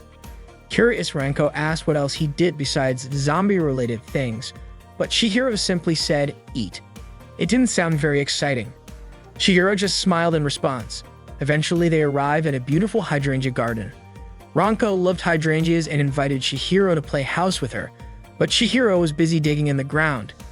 He said there might be a corpse buried under the cherry tree and maybe he could find a zombie. Ranko begged him to stop because it was too scary. Suddenly, two kids approached and started talking about Chihiro. They teased him for playing with a girl, asking if he didn't want to play with them because he preferred hanging out with a girl instead. They continued to mock Chihiro. Ranko scolded the two boys, but Chihiro burst into tears and ran away. The two naughty kids laughed, saying they always made Chihiro cry because he was such a crybaby. Out of Ranko's expectations, it turned out that Chihiro, whom she once thought of as her prince, was just a zombie maniac, lazy, and had no friends. He was also a crybaby who couldn't do anything right. He wasn't afraid of cemeteries because he liked zombies and he lived in a temple. That's why Ranko didn't like him anymore by the time she had to go home. Ranko's mother, Kaoru, said her goodbyes and thanked Doowon, mentioning that she always enjoyed visiting. Doowon also invited them to visit again when there wasn't a festival. Kaoru asked about Chihiro's mother, Yuzume. Doowon explained that his wife had taken Mero to the hospital because she had a fever. Doowon then said goodbye to Ranko's father, who was also his older brother. Kaoru offered Ranko the chance to say goodbye to Chihiro, but she refused. Besides helping with the cooking at the restaurant, Chihiro was also forced by Ranko to help deliver orders to customers' homes. According to Ranko, Chihiro wasn't much help in the kitchen. After all, Chihiro had never used a kitchen knife before. Ranko followed Chihiro to deliver orders because she wasn't sure he could greet the customers politely, and if he didn't, it could ruin the restaurant's reputation. Chihiro said he wasn't antisocial and that he could be polite. They arrived at the temple to deliver an order to Doowon. Doowon told Chihiro to stop complaining and do his job properly. Doowon was very grateful to Ranko, even asking her to use Chihiro as much as she wanted. Chihiro didn't even have the right to refuse. There were still 2 food deliveries left. Ranko asked if Chihiro didn't want to help her family, but Chihiro didn't mean it that way. He was just worried about Rhea. Ranko started teasing him, but Chihiro said that there was nothing special between him and Rhea.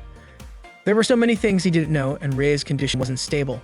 Ranko teased him again, saying that Chihiro worried about Rhea because she was cute. Chihiro got annoyed and told Ranko that she didn't understand at all.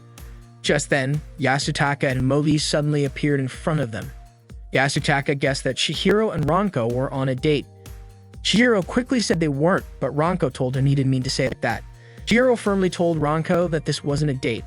Ranko got irritated and asked if that meant Chihiro didn't want to date her. They started arguing and Yasutaka concluded that this might be a lover's quarrel. Chihiro insisted they weren't a couple. Yasutaka couldn't believe it. Rhea and Ranko, 2 of the most popular girls at Sanka High, were both connected to Chihiro. Yasutaka then questioned Chihiro, asking if he was only interested in zombies. Yasutaka felt like Chihiro was mocking him, while Chihiro was just having fun and relaxing but was surrounded by popular girls. Moji tried to calm Yasutaka down, who was throwing a tantrum. Chihiro was getting fed up with Yasutaka's behavior. Yasutaka then asked Ranko what she liked about Chihiro, considering he was a zombie maniac, antisocial, lazy, useless, and stubborn.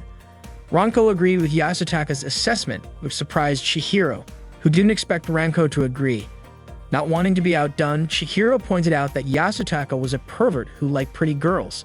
Yasutaka proudly admitted to Chihiro's description of him. Yasutaka couldn't stand the idea of Chihiro becoming popular, but Chihiro assured him that he wasn't popular. Their argument continued from there. Little Ranko met Chihiro again exactly 2 years after their first meeting, when Ranko was 6 years old. Ranko's father moved to Chiba and opened a restaurant there. The house where Ranko and her family moved was near Chihiro's temple. Kaoru invited Chihiro to visit their home to play with Ranko. Even though Ranko's love for him had faded, she still thought of Chihiro as her cousin, so she felt she had to play with him. Chihiro, who was engrossed in reading a zombie book, was invited by Ranko to play video games, but he refused. Ranko then suggested they go outside for a walk, but once again, Chihiro turned her down. He hadn't changed at all. Kaoru came over and brought them some snacks, telling Chihiro that since he and Ranko were now neighbors, he should play with her. Kaoru understood that Chihiro was a shy boy. Ranko couldn't understand why her mother liked Chihiro so much and always tried to make them close. She never even asked if Ranko wanted to be friends with him or not.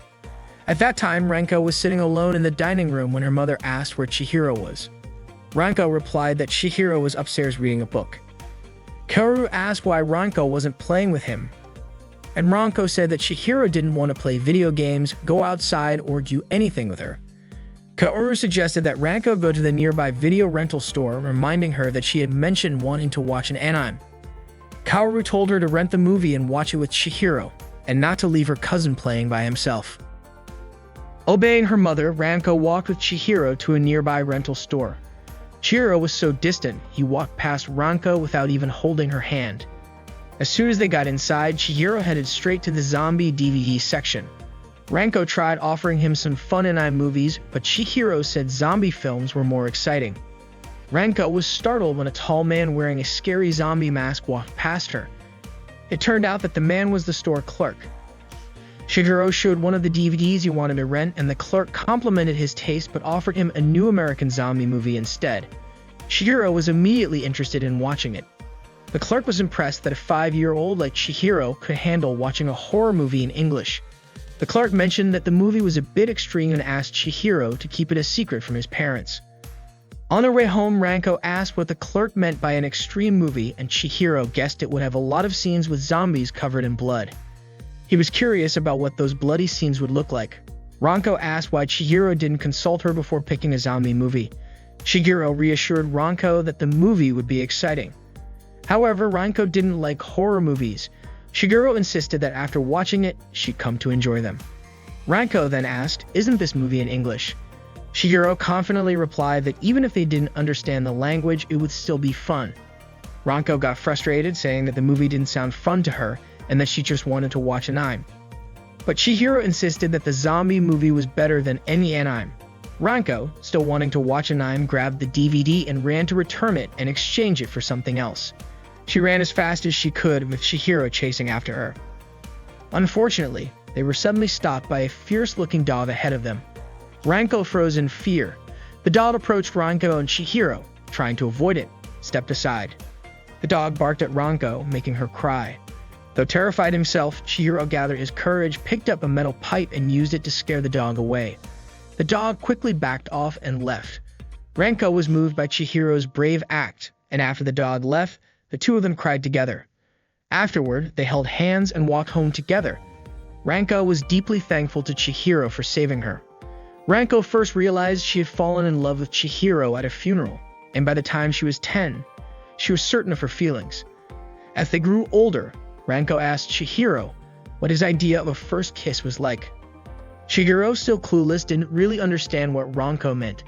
Ranko explained that there are many romantic ways to have a first kiss, like on the beach at sunset or like lovers who are about to be separated. However, Chihiro, true to his nature, said he wanted to kiss a female zombie like in the movies he was watching. Ranko got annoyed and asked Chihiro if he really thought something like that could happen. She urged him to take it more seriously, saying that a kiss is something incredibly special. Yasutaka still couldn't accept the fact that Chihiro was involved with popular girls. He even cursed Chihiro, but at the same time he also begged Chihiro to introduce him to a girl. Chihiro couldn't understand Yasutaka's stubborn behavior. He then suggested that they should finish delivering the last 2 orders. Ranko, in her usual playful way, asked Chihiro if they could hold hands. Chihiro questioned why, but Ranko insisted, so Chihiro reluctantly agreed to hold her hand. Ranko then asked if Chihiro remembered the first time they held hands. Chihiro responded by recalling the funeral, when he saw Ranko crying, and he had held her hand to comfort her. Chihiro asked when exactly it happened, but Ranko, brushing it off, said she had forgotten since it was so long ago, then let go of his hand.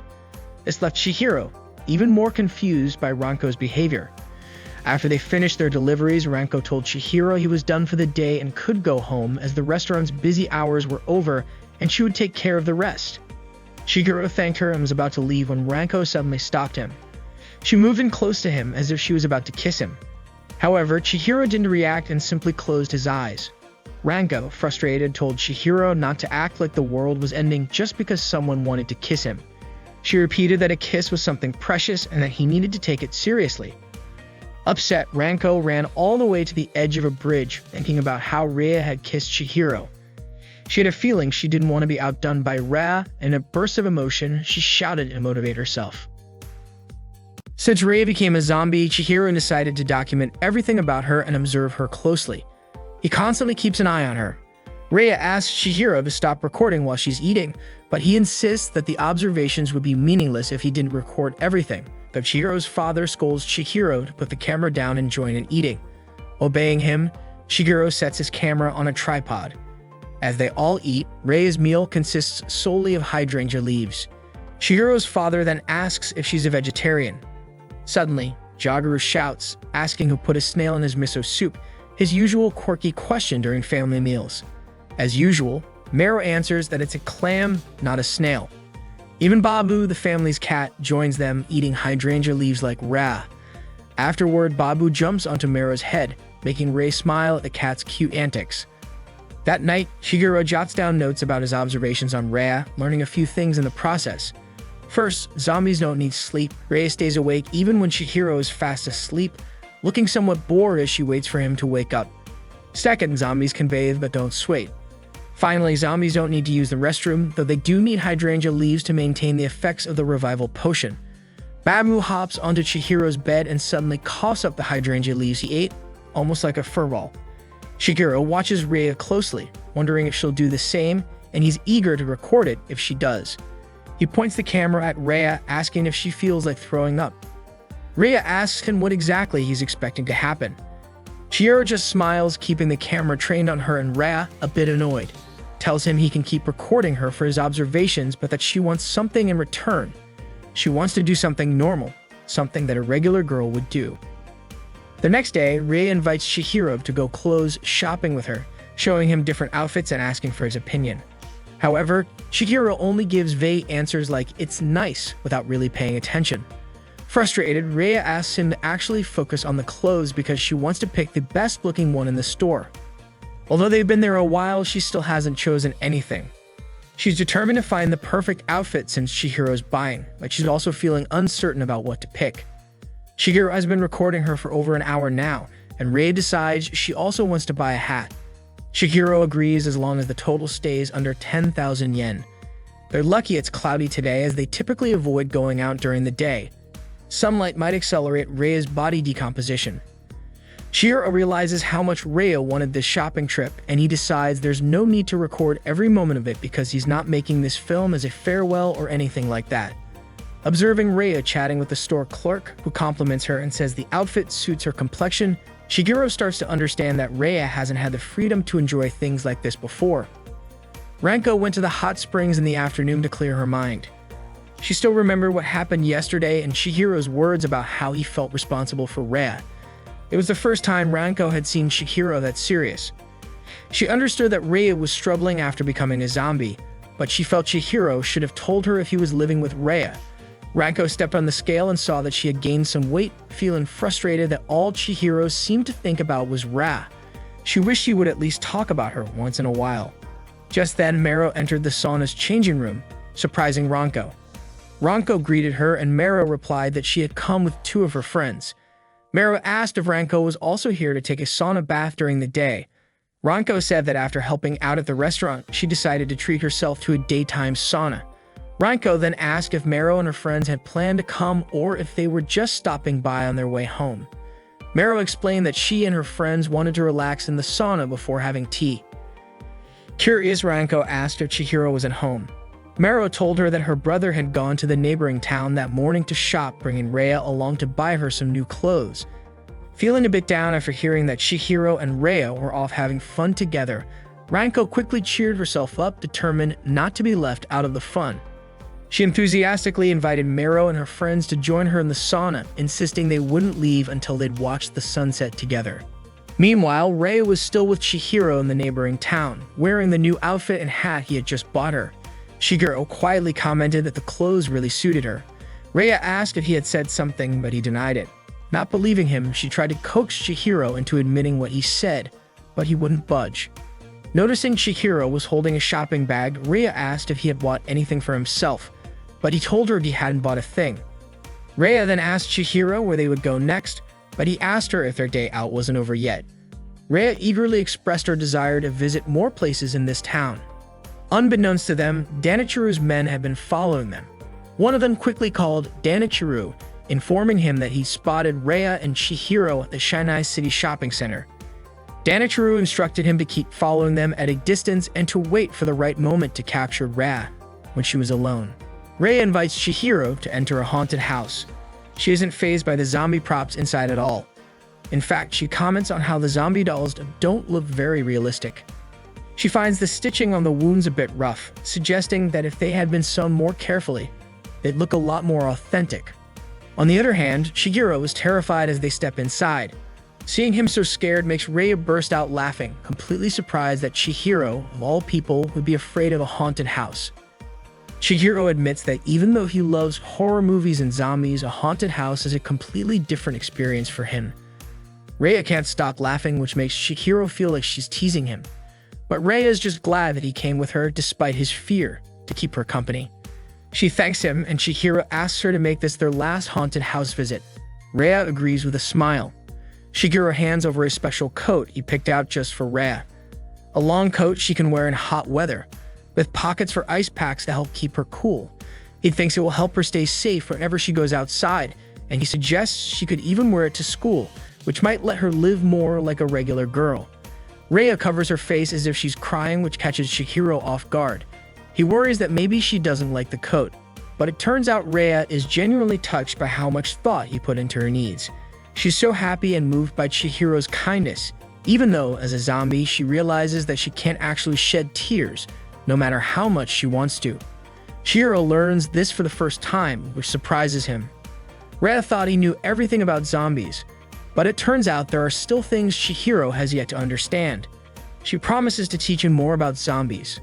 Meanwhile, Danichiru is practicing fencing, but his thoughts are still with Rhea. He believes that Rhea might feel free now, but he sees it as a false sense of freedom. His upbringing may have made her sad, but he thinks she's wrong to assume that freedom means running away. Danichiru hopes that one day Rhea will return to him and he'll show her what real freedom is. Rhea's stomach growls again, reminding her it's time to consume another dose of the Hydrangea potion. Chihiro heads off to get food for himself, telling Rhea she can start eating. 3 of Danichiru's henchmen have been tailing Rhea. One is seated at a table nearby, keeping an eye on her, while the other 2 are on a nearby kid's ride, waiting for the right moment to strike. Rhea opens her food container, feeling a pang of loneliness as she realizes she no longer eats the same meals as Chihiro. But what can she do? As a zombie, her stomach is no longer functional. One of the henchmen at the nearby table subtly signals the other 2 by placing his glass on the table. Receiving the signal, the 2 on the kid's ride get up, approaching Rhea from behind while the other closes in from the front. They're just about to make their move when suddenly, Yasutaka appears and greets Rhea. He hadn't expected to run into her here. Danichiru's men halt their plan in surprise, wondering who this person is. None of them recognize him, so they decide to pull back and reassess the situation, waiting for another opportunity. Rhea didn't recognize Yasutaka at first, but he quickly reminded her that they'd shared some great moments together. He introduced himself and mentioned he was Chihiro's friend. Then Rhea remembered Yasutaka as the guide who had spoken with her in the schoolyard. Yasutaka invited Rhea to go out with him and asked if she wanted to go shopping, but Rhea declined, explaining that she had already done her shopping. Yasutaka then asked if she was resting here, suggesting they find a better place to relax. Suddenly, he grabbed Rhea's arm and pulled her, making her chair fall over. Shocked by how cold her hand was, he insisted they find a warm spot to enjoy the nice scenery. Meanwhile, Danichiru's men continued watching Rhea, waiting for the right moment to kidnap her. They began tailing Rhea and Yasutaka as they walked. Rhea was surprised that Yasutaka wanted to go outside, even suggesting they sit in the sunlight. Rhea quickly explained she couldn't stay outside for long, but Yasutaka kept pushing, saying it wasn't healthy to stay in air-conditioned places for too long. He continued trying to convince Rhea to join him outside. Danichiru's men, seeing Rhea and Yasutaka positioned near the exit, prepared to act. With their plan in place, one of them counted down to 3 and they sprang into action. One guy hit Yasutaka, while the other 2 grabbed Rhea, covering her mouth and carrying her off. When Chihiro returned to their table, he was shocked to find Rhea missing. Yasutaka had fallen to the ground after being struck, but Rhea's new strength allowed her to break free from the kidnappers. She kicked one of them, stunning him with her surprising strength. Chihiro, hearing Rei's scream, rushed to the exit and found her, now fending off the kidnappers by hitting one with a large park bench. When he called out to her, Rei came over and thanked him for saving her, but Chihiro admitted he hadn't really done anything and warned her to be careful, noting that her arm might break if she lifted anything too heavy. Terrified, Rei clung to Chihiro, telling him that the men had tried to kidnap her, though she didn't know who they were. Looking around, Chihiro was startled to see Yasutaka lying on the ground. As the kidnappers regrouped, they briefly discussed changing their plan. Chihiro approached them and demanded to know who they were and why they had targeted Rei, but they didn't respond. Growing frustrated, Chihiro threatened to call the police and ask if Rei's father had sent them. Just then, one of the men grabbed Chihiro from behind, while another lifted his legs. They quickly carried him away, their teamwork ensuring they successfully captured Chihiro. Rei tried to chase after them, but Yasutaka, still dazed, accidentally held her back by her leg. Unfortunately, she couldn't keep up as their car sped off. The kidnappers had tied Chihiro up inside the vehicle. One of them called Danakuru to apologize, explaining that their initial plan to capture Rei hadn't worked due to her unexpected strength, so they had to go with Plan B and take Chihiro instead. He asked if they should dispose of Chihiro and attempt to capture Rei again, but Danachuru instructed them to bring Chihiro directly to him. Hearing this, Chihiro saw it as a strange kind of blessing. He thought of it as his chance to finally settle everything, and he was eager to confront Danakuru face to face. Chihiro's family lives in a temple, and lately things have changed since Rei started staying with them. Most of the household chores are still handled by Chihiro's younger sister, Mero.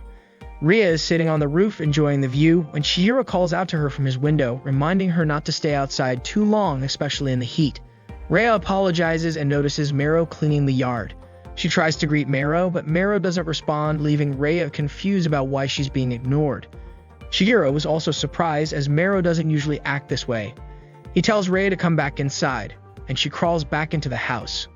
Later, Chihiro's father informs Mero that he'll be back late today because he has to visit 3 different homes. He also mentions he'll have dinner out and that Chihiro and Rei are going out, so Mero doesn't need to prepare dinner for him. Chihiro's father feels a sense of pride when Chihiro says he'll take care of Rei. Initially, Chihiro's father wasn't sure if Chihiro could handle such a responsibility, but he sees that Chihiro has been making an effort to live up to his word. Normally, Chihiro lacks discipline and heavily relies on Mero, but Chihiro's father now sees him as a dependable young man. Chihiro's father notices that Mero is sweeping the same spot repeatedly and gently points out that it's not very useful. He then bids Mero farewell and leaves. That evening, Mero observes her older brother working late into the night, mixing potions and recording his observations of Rei in a notebook. She recalls her father's words from earlier in the day. This is the first time she's seen her brother this serious and genuinely putting effort into something for someone else. Mero attends Shiocha Middle School and has 2 close friends. One of them is Shinoda Ichie, who's obsessed with zombie mysteries and on a mission to uncover zombie secrets.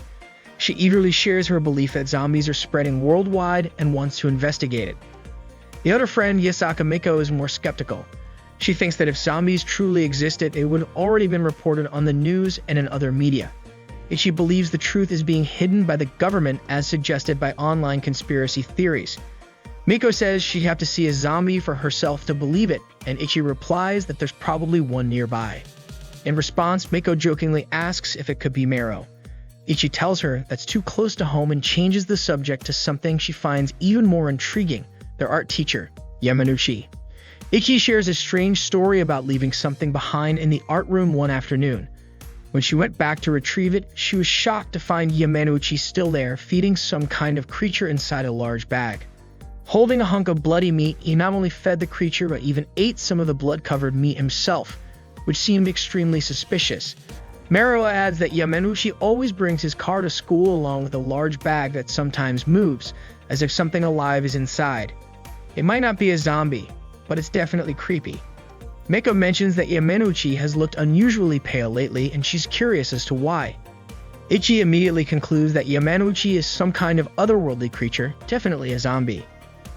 Curious about what might be inside Yamanouchi's bag, Miko wonders if it could be a baby zombie or something similar. They've all seen strange things, and Ichi declares it's their job to gather evidence and prove Yamanouchi is a zombie. Full of excitement, Ichi dubs their group the Zombie Scoop Hunter.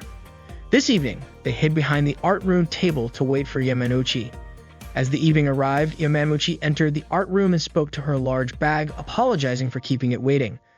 From behind a statue, Mero and her two friends watched everything unfold. Yamanouchi told the creature inside the big bag that it could eat as much as it wanted tonight. As she started unzipping the bag, Mako got a little scared, but Ichi reminded her that they were finally going to see a real zombie with their own eyes.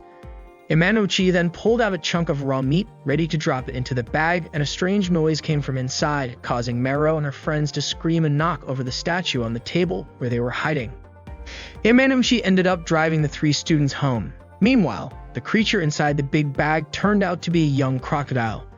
Miko asked if the crocodile was Yamanouchi's pet, to which Yamanouchi confirmed, saying that it was very cute. Ichi then asked why Yamanouchi brought her pet crocodile to school. Yamanouchi explained that she was really worried about her pet, especially after hearing news about crocodiles escaping. But truthfully, she just didn't want to be separated from it, even for a short while. That's why she always kept it in her big bag and hid it in the art room. Yamanouchi also mentioned that nothing calms her more than feeding it after class ends. The crocodile really loved meat, and when it turned to look at the backseat, they were all startled. Ichi then asked why Yamanouchi had looked so pale recently, wondering if something was wrong. Yamanouchi, blushing with embarrassment, explained that she had once eaten some of the raw liver with her crocodile.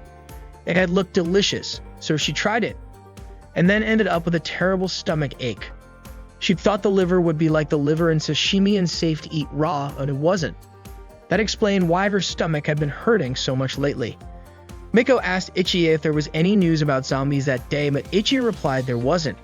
Miko then shared an interesting story of her own, mentioning that she had an incredibly good sense of smell. During a recent school trip, she picked up a strange odor, saying it smelled like someone was boiling a corpse. Ichi questioned if Miko had ever smelled a boiling corpse before. Of course, she hadn't. She was only imagining it. She followed the scent, which grew stronger as she walked, and it led her right into a wall. She then peeked into a house and saw a pile of bones in the trash. Ichi became more intrigued by Miko's story. Miko continued her investigation, but eventually, the homeowner caught her snooping around. She asked the homeowner about her suspicions, and he burst out laughing. The shop owner explained that the smell was from a soup he was cooking mixed with the scent from the trash, which made Miko think it was a zombie. His husband told him to be more careful with the smell. Apparently, the husband had recently quit his job and wanted to open a ramen shop, so they've been working day and night on a special recipe. They ended up serving Miko a bowl of ramen and insisted she try it. Initially hesitant, Miko took a bite, and as soon as she tasted it, she couldn't stop eating. Mero concluded that what Miko had eaten was tonkatsu ramen. It made sense since it was Miko's first time eating it, and she finished every last bite. Ichi, however, was disappointed by Miko's story. She hoped for a spooky zombie story, not a tale about delicious ramen. Miko even remarked that the ramen tasted better than any zombie could. That evening, they went to the park, where Ichi remarked that finding a zombie was actually pretty difficult. She was confident, though, that one day she would find one. Mero casually mentioned that a few days ago, a zombie had been staying at her house. Ichi was instantly intrigued and begged Mero to show it to her. Mero didn't mind, but explained that the zombie was currently out on a walk. Ichi's curiosity only grew, and she excitedly asked Mero to show her a photo of the zombie as proof, with the idea of selling the story to Moo Monthly magazine. However, Mero disagreed, saying that it would be an invasion of privacy. Ichi laughed, saying that zombies don't have privacy. Mero clarified that she meant her family's privacy. The Furuya family had a reputation to uphold after all.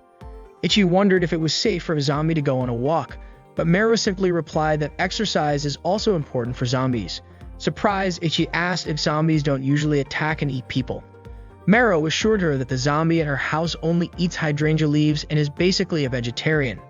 Ichi found this zombie quite different from the usual kind, to which Mero added that the zombie at her house actually wants to be a normal girl, not a typical zombie. Skeptical, Ichi asked if Mero was sure that it was a real zombie. Mero explained that it was her older brother who told her so. Ichi didn't entirely believe it, thinking Mero's brother was just pulling her leg, given that he's obsessed with zombies and probably just dreams of kissing a zombie girl. Mero wasn't totally convinced herself, but suggested they head home as she needed to go grocery shopping. They left the park, though Ichi was still frustrated, thinking it had been her big chance to make her and her friends famous. Without thinking, Ichi blurted out that Mero's mom should have raised her brother better. Miko quickly reminded her that Mero's mom had already passed away. Realizing her mistake, Ichi apologized, but Mero reassured her friends not to worry. After all, her mother had been gone for so long that she didn't even have any memories of her. Mero suddenly noticed a snail crawling on a hydrangea leaf and stopped to observe it. Out of nowhere, she was reminded of her mother, specifically of the times her mother had tried to check her temperature with a cool hand wrapped in bandages. Afterward, Mero went grocery shopping at the store. Upon arriving home, she heard Ranko and her older brother, Chihiro, talking near the front gate. Shigeru was telling Ranko to leave even though she had only come by to borrow a DVD and watch it together. But Chihiro refused. Ranko was upset, feeling that Chihiro had been pretty cold toward her lately. Shigeru, in turn, found Ranko's behavior odd and didn't know how to deal with her. In frustration, Ranko teased Chihiro, saying his brain was starting to rot just like a zombie's. Mero went to visit her mother's grave. As usual, her older brother had placed a strange-looking cake on the grave. Mero added some fruit and other snacks to make it look nicer, then offered a prayer for her mother. While she was there, Rhea showed up and greeted her. Mero asked if Rhea had any business at the cemetery. Rhea explained that she didn't really have any reason to be there, but she'd come since Chihiro had a guest at home. She also shared that sometimes she feels bad, wondering if she's burdening Chihiro and everyone around him. Mero quickly reassured her, saying that she wasn't bothered at all. Rhea apologized for bringing up something so odd, then noticed the offerings Mero had placed on her mother's grave. She admitted she hadn't realized before that Mero's mother had passed, and now it made sense why she'd never seen Chihiro's mom around. Rhea admired Mero, knowing she handled all the household chores herself. Mero mentioned that it had been her responsibility since she was young. Rhea, who had been pampered by her own family, expressed her admiration for Mero, who seemed to manage everything so well on her own. Mero commented that it would be easier if the men at home were more reliable. In response, Rhea offered to help Mero with the housework. At first, Mero turned down the offer, thinking it might be impolite, but Rhea insisted, saying it was something she genuinely wanted to do. Mero eventually agreed. Rhea noticed Mero blushing and asked if she had a fever, gently placing her hand on Mero's forehead. Then she remembered that as a zombie, she couldn't accurately gauge someone's temperature. The way Rhea acted reminded Mero so much of her mother that she accidentally called her mom. Rhea smiled and asked why Mero had called her that. Embarrassed by her slip-up, Mero turned red and quickly ran off. Rhea called after her, saying she'd forgotten her groceries, and in her rush, Mero tripped and fell. Rhea came over to help and treated Mero's injured leg. Mero apologized for the trouble, and after Rhea finished bandaging her up, she invited Mero to cook together. In that moment, Mero felt a closeness to Rhea, a sense of connection she couldn't quite explain. The next day, Mero showed a photo of Rhea to Ichi and Miko. Ichi seemed skeptical, joking that maybe Rhea was fooling her, while Miko simply complimented Rhea's beauty in the photo. Mero admitted that the shadow of her mother coming from Rhea. In the previous episode, Chihiro was kidnapped by Danichiru's men and quickly taken away in a car. Rhea tried to run after him, but the car sped off too fast. Danichiru wanted to settle everything with Chihiro. Chihiro was confined in a room in Danichiru's house with his hands and feet tied to a chair. A servant brought him a welcoming drink and thanked Chihiro for coming. Chihiro replied that he was already thirsty, but now wasn't really the time for a drink. Bound hand and foot, Chihiro couldn't drink anyway. The servant told him to enjoy his time and left, ignoring Chihiro's request to untie him. Chihiro, still not taking the situation seriously, asked the servant to stop joking around. He yelled that this was a kidnapping or detention, and wondered out loud what he'd do if his back started itching. Desperate, he shouted and struggled against his bonds, causing someone to open the door. Chihiro assumed the servant had returned, but instead it was Ri's mother, Aria, who entered. Aria, appearing intoxicated, told Chihiro to be quiet as she could hear him all the way down the hall. When he asked who she was, Aria replied that he had been the one to come here, considering his question rude. Yet Chihiro hadn't wanted to be there at all. Aria closed the door and approached him, introducing herself as Danichiru's wife. She quickly recognized Chihiro and thanked him for looking after Rhea. Chihiro clarified that he hadn't gone that far with Rhea. Aria then pried into how close he and Rhea were, even asking if he hadn't kissed her yet. She mentioned that Rhea was always watched, adding that Rhea was likely venting her feelings right now. Shigeru was offended by Aria's assumptions about Rhea. Laughing, Aria remarked that it was no wonder Chihiro hadn't gotten that close with Rhea, as Rhea was now a monster. She explained that a zombie's body would eventually decay, start to smell bad, and the skin would wrinkle. Shigeru was shocked to hear a mother speak about her child that way. However, Aria corrected him, saying Rhea wasn't her child and that she had never even given birth. This revelation stunned Chihiro. Aria revealed that she was Danichiru's second wife and that Rhea was his first wife's child, meaning that Aria and Rhea had no blood relation. Shigeru, hearing this for the first time, realized Rhea had never told him, as it was a taboo subject known to only a few people.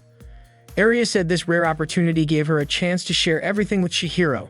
She explained that she had previously worked as a servant for the family, but that didn't mean she came from a low-class background. Before Rhea was born, all the servants working in the area were candidates to become Danichiru's wife. Only servants from good families and with strong achievements were allowed to work there.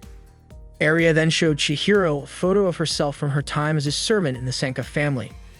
From a young age, Danichiru was surrounded by servants trying to get close to him in hopes of becoming part of the Senka family. However, it seemed Danichiru wasn't interested in any of them. Aria worked as a maid in this house when Danichiru was still a college student. One of the other maids mocked Aria, saying it was a shame that all of Aria's hard work as a maid had been wasted, as Danichiru apparently wasn't interested in women. The maid even said that all of Aria's efforts were bound to come to an end right there. Confidently, Aria replied that it wasn't that Danichiru wasn't attracted to women, but rather that he simply wasn't interested in any of the maids in the house. That maid then raised her hand to slap Aria, but Aria quickly blocked her hand. Aria was full of confidence because she had never been rejected by a man before. A call rang out requesting a maid to Danichiru's study. Aria entered and immediately poured Danichiru a fresh cup of coffee. Surprised, Danichiru asked how Aria knew he wanted coffee. Aria responded that she had only guessed based on his empty cup, and she also brought him a napkin. Danichiru asked for her name, and after that introduction, Aria gradually earned Danichiru's trust bit by bit. She often accompanied him during fencing practice and even stayed with him while he read books before bed. But in the end, Danichiru still wasn't interested in her, and slowly Aria began to suspect that he truly didn't like women. Her assumption, however, was mistaken. One day, the Senka family invited people to participate in a fencing tournament at a charity event. Naturally, Danichiru joined the fencing tournament. Although he always won these fencing tournaments, he actually disliked them. After a match he had just won, he felt frustrated with his opponent, feeling that his rival hadn't truly challenged him. The Senka family donated a lot of money to international fencing organizations, making them the main sponsors of the event. This tournament was held annually, and Danichiru always won. Since he didn't fully understand the context, he found himself irritated by how easily he won. After the tournament ended and the audience had left the arena, a young disabled girl suddenly approached him and handed him the glove he had thrown away earlier. The young girl spoke to him, saying that even if Danichiru was dissatisfied with his match results, if he treated his opponents with disrespect, he might anger God. Despite the fact that the matches were arranged, what truly mattered was that all this hard work and dedication had brought him this far. Her words left a deep impression on Danichiru, and he found himself falling in love with her. A few days later, Danichiru proposed to the disabled girl, who was only 15 years old. This was unprecedented in the Senka family, as Danichiru rejected the maids vying for his attention and chose a disabled girl with an unclear family background. Naturally, his relatives strongly opposed this, but Danichiru didn't care and proceeded with the marriage. One day, some of his relatives confronted him about his marriage plans with the disabled girl. One of them, outraged, said that her family background was questionable. Danichiru then stated that if that was the issue, he would sever ties with the family, ensuring no further objections to his marriage. One relative, shocked, warned him against making foolish decisions and couldn't believe Danichiru would cut family ties for a girl like that. Hearing this, Danichiru refused to accept anyone disrespecting his future wife. He reminded them that since he was no longer part of the Senka family, they should mind their conduct and know that he despised anyone who insulted his wife, which made everyone who heard him fearful. After silencing those opposing him, Danichiru married the disabled girl. Unfortunately, shortly after giving birth to Rhea, she passed away. Danichiru felt deeply depressed at that time, struggling to accept the reality, almost as if he thought he'd be better off dead. His health deteriorated, and Aria continued caring for him until he gradually recovered. Eventually, Aria and Danichiro decided to marry. However, even though they had been husband and wife for several years, Danichiro never truly regarded Aria as his wife. Curious, Chihiro innocently asked what it meant to not be considered a wife, and Aria explained that she and Danichiro had never been intimate. Danichiro only wanted a mother figure for his beloved daughter. Yet he didn't even treat her as Reia's mother. Danichiro was always preoccupied with playing with Reia, while constantly ignoring Aria. She did nothing but observe Danichiro and Reia from a distance, feeling as though she wasn't truly part of the family. One day, Aria approached Danichiro in his library and invited him to go somewhere with her for a vacation, since they had never gone on a honeymoon. However, Danichiro responded that it might be a good time for Reia to learn more about the outside world. Aria felt disappointed. She had hoped it would be a getaway just for the two of them. Despite her feelings, Aria believed that Danichiro had chosen her as his second wife because he loved her. But on the vacation, Danichiro only focused on Reia, once again ignoring Aria. Little Reia asked them to take a family photo during the trip. Until that point, Aria had assumed that Danichiro's affection for Reia was merely the love of a parent for his child. One day, one of Danichiro's aides showed Aria something, telling her to stop trying to gain Danichiro's love. Aria didn't understand what he meant until he led her to a gap behind a bookshelf, giving her a direct view into a room Danichiro used for photographing Reia. Through this gap, Aria saw Danichiro photographing Reia without any clothes on, and she began to cry, realizing then that Danichiro was still obsessed with his first wife. Chihiro started to sense some of the reasons why Reia felt trapped in this house. Suddenly, Aria took off her pajamas and asked Chihiro if he didn't think her life was sad. She leaned in close, telling Chihiro to comfort her with his body. She pulled his head close to her chest, insisting that he could never feel warmth like this from a zombie. Aria attempted to kiss him, but Chihiro resisted, causing them both to stumble. Chihiro apologized, explaining that he was only interested in zombie girls. Aria began to cry, wondering why everyone loved Reia and no one wanted her. As she sobbed, Babu the cat meowed and approached her. Aria stopped crying and asked Babu if he would comfort someone like her.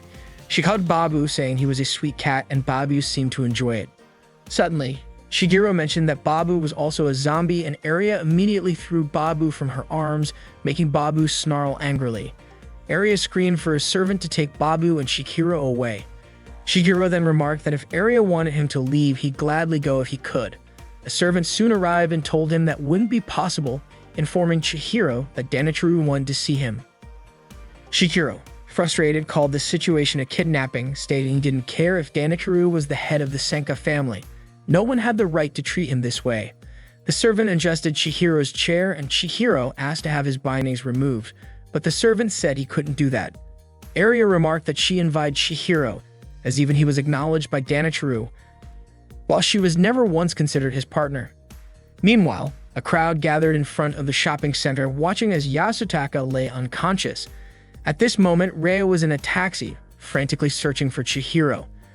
She asked the driver to turn on the air conditioning, which puzzled him since it wasn't particularly hot. Reia was certain that the people who kidnapped Chihiro were her father's henchmen. She knew Chihiro must be in danger. Urgently, she asked the taxi driver to speed up. He reluctantly picked up the pace but hesitated, wondering if his passenger would even have enough money to pay him. The attendant escorted Chihiro into a dark room. Chihiro, feeling uneasy, asked if Danichiro was supposed to meet him here. The attendant told him to be patient and then left him alone. Suddenly, lights in the room began turning on one by one, illuminating countless photos of Reia on the walls. The pictures documented her life from her childhood to adulthood. Once all the lights were on, Danichiro appeared in front of Chihiro and explained that he had taken every photo of Reia. No matter when he captured her image, Reia always appeared beautiful to him. To Danichiro, Reia embodied purity and fragility. Danichiro explained that he had always safeguarded Reia's innocence, and he even thanked Chihiro, saying that being apart from Reia had allowed him to love her even more.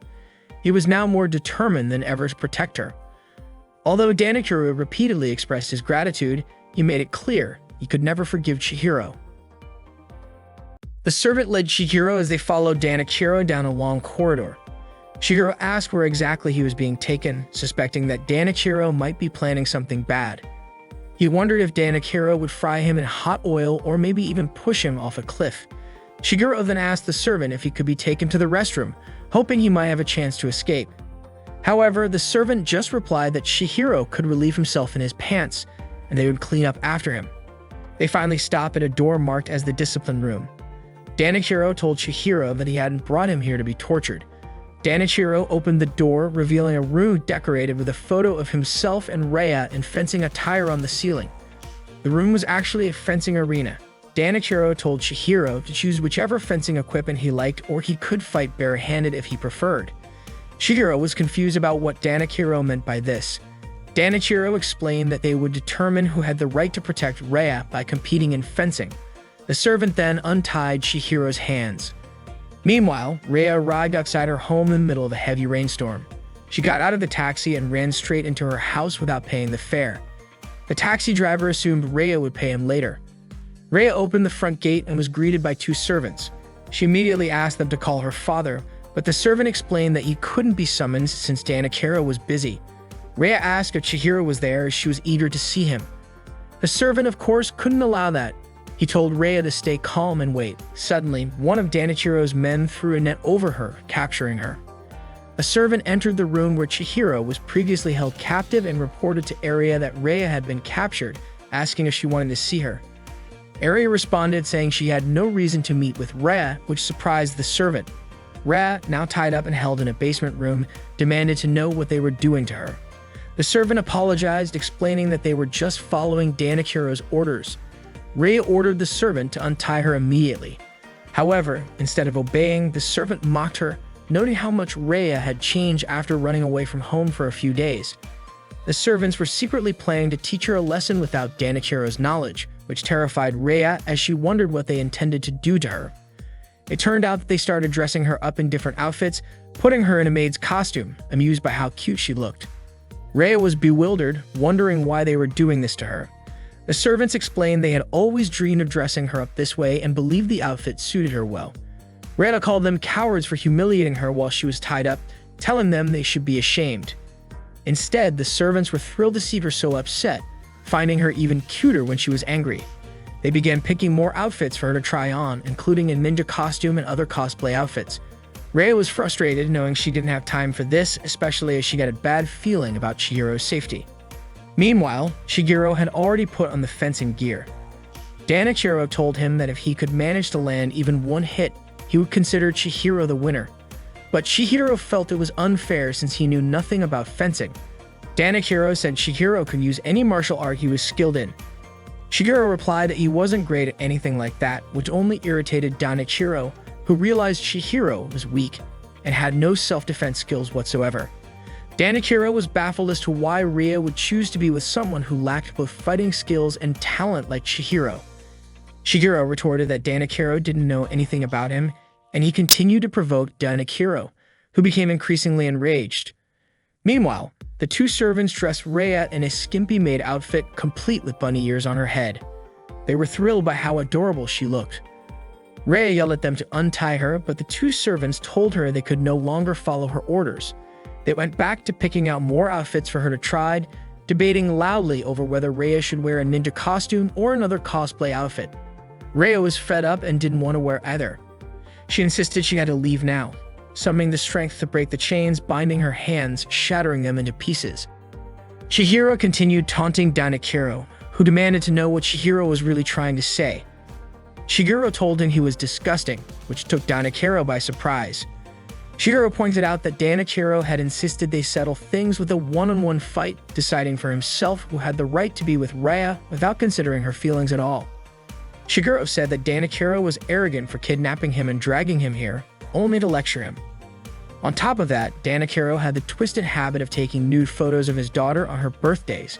Danichiro was shocked that Chihiro knew about that. Chihiro called it unnatural, saying it went beyond a father's love for his daughter. He added that anyone would want to run away from a family like that. Meanwhile, Rhea managed to escape from the two servants and was frantically searching for Chihiro. Chihiro told Danichiro to stop this nonsense before deciding who would protect Rhea and suggested that Danichiro consider what Rhea herself wanted. After all, there was no point in making this decision when Rhea wasn't even there. From the beginning, Danichiro had it all wrong. Even though he claimed to want to protect Rhea, he actually just couldn't let her go. Chihiro added that he heard from Aria about how much Rhea had suffered. Shigeru told Danakiro he was treating Rhea like a stand-in for his long-deceased wife. Rhea arrived at the fencing room, but it was too late. Danachiro had already stabbed Chihiro. Danachiro was furious at Chihiro for underestimating him and twisted the blade deeper into Chihiro's body. He even threatened that with the power of the Sanka family, he could easily erase Chihiro's existence. Rhea was horrified by the scene. The servants gasped at the sight of Danachiro stabbing Chihiro. Danachiro asked if Chihiro hadn't expected him to actually go through with it. Shigeru lifted his head and slammed it against Danachiro's forehead, making Danachiro cry out in pain, which shocked Rhea. Shigeru said that was his way of paying him back. Rhea rushed to Chihiro and, noticing his clothes, asked why he was there dressed like that. Shigeru, captivated by Rhea's appearance, couldn't help but think she looked like a sexy zombie nurse. Rhea explained that the servants had forced her to wear the outfit. Shigeru was delighted, admiring how Rhea looked, but she yelled at him, pointing out that he was bleeding. Danachiro screamed, demanding to know why Chihiro wasn't dead. Chihiro himself wasn't sure, guessing that maybe his adrenaline was so high that he'd temporarily forgotten the pain, or perhaps it was because Rhea had licked his wound that one time. It seemed Chihiro had been infected by Rhea's toxin. Although he didn't feel any pain and his heart was still beating, meaning the toxin wasn't in a lethal dose. In a sense, he was now half zombie. Danachiro grew furious and threatened to behead Chihiro.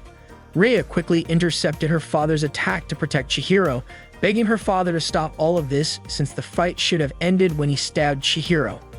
If Danachiro wanted to continue, Rhea said she'd take him on herself. Danachiro insisted that he only wanted to save Rhea to cure her from this unknown illness. He even suggested they move to America, where he'd already prepared all the necessary documents. Everyone was shocked by this revelation. Danachiro went on, saying that if he could gather the best doctors and scientists from around the world, he'd surely find a way to cure Rhea. He then questioned if Rhea actually thought that Chihiro could save her, pointing out that Chihiro was just a monk's son, with neither money nor a particularly sharp mind. Rhea replied that she didn't want to be cured. Danachiro argued that if things continued this way, her body would deteriorate. Rhea responded that she didn't mind if she stayed like this as long as she could live here, even if just for a little while with Chihiro. Shigeru was deeply moved by Rhea's words. Danachiro realized that all Rhea had ever wanted was a bit of freedom, and that she was a person he'd always seen as sacred and untouchable. Shigeru approached Danachiro, yelling that he still didn't understand. Rhea didn't want to be treated as someone special. Shigeru then asked Danachiro how many of Rhea's true desires he fulfilled, rather than imposing his own wishes on her. Danachiro recalled a memory from Rhea's childhood, when she excitedly showed him a tiny snail she found in the garden. He had immediately thrown the snail away, telling her not to touch anything so filthy again. Later, in high school, Rhea had wanted to go shopping with her friends, but Danachiro had forbidden her, telling her he'd buy her whatever she wanted. He even ordered his staff to make sure no commoners got close to her, because only one person was worthy of her. Shigeru shouted that all Rhea wanted was to live like a normal girl.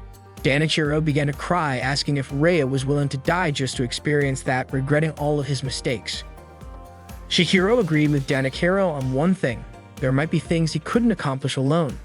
So Chihiro wanted to help Danachiro because he wanted Rhea to stay here forever. Danachiro then asked if he was sure about his decision. Rhea nodded in agreement.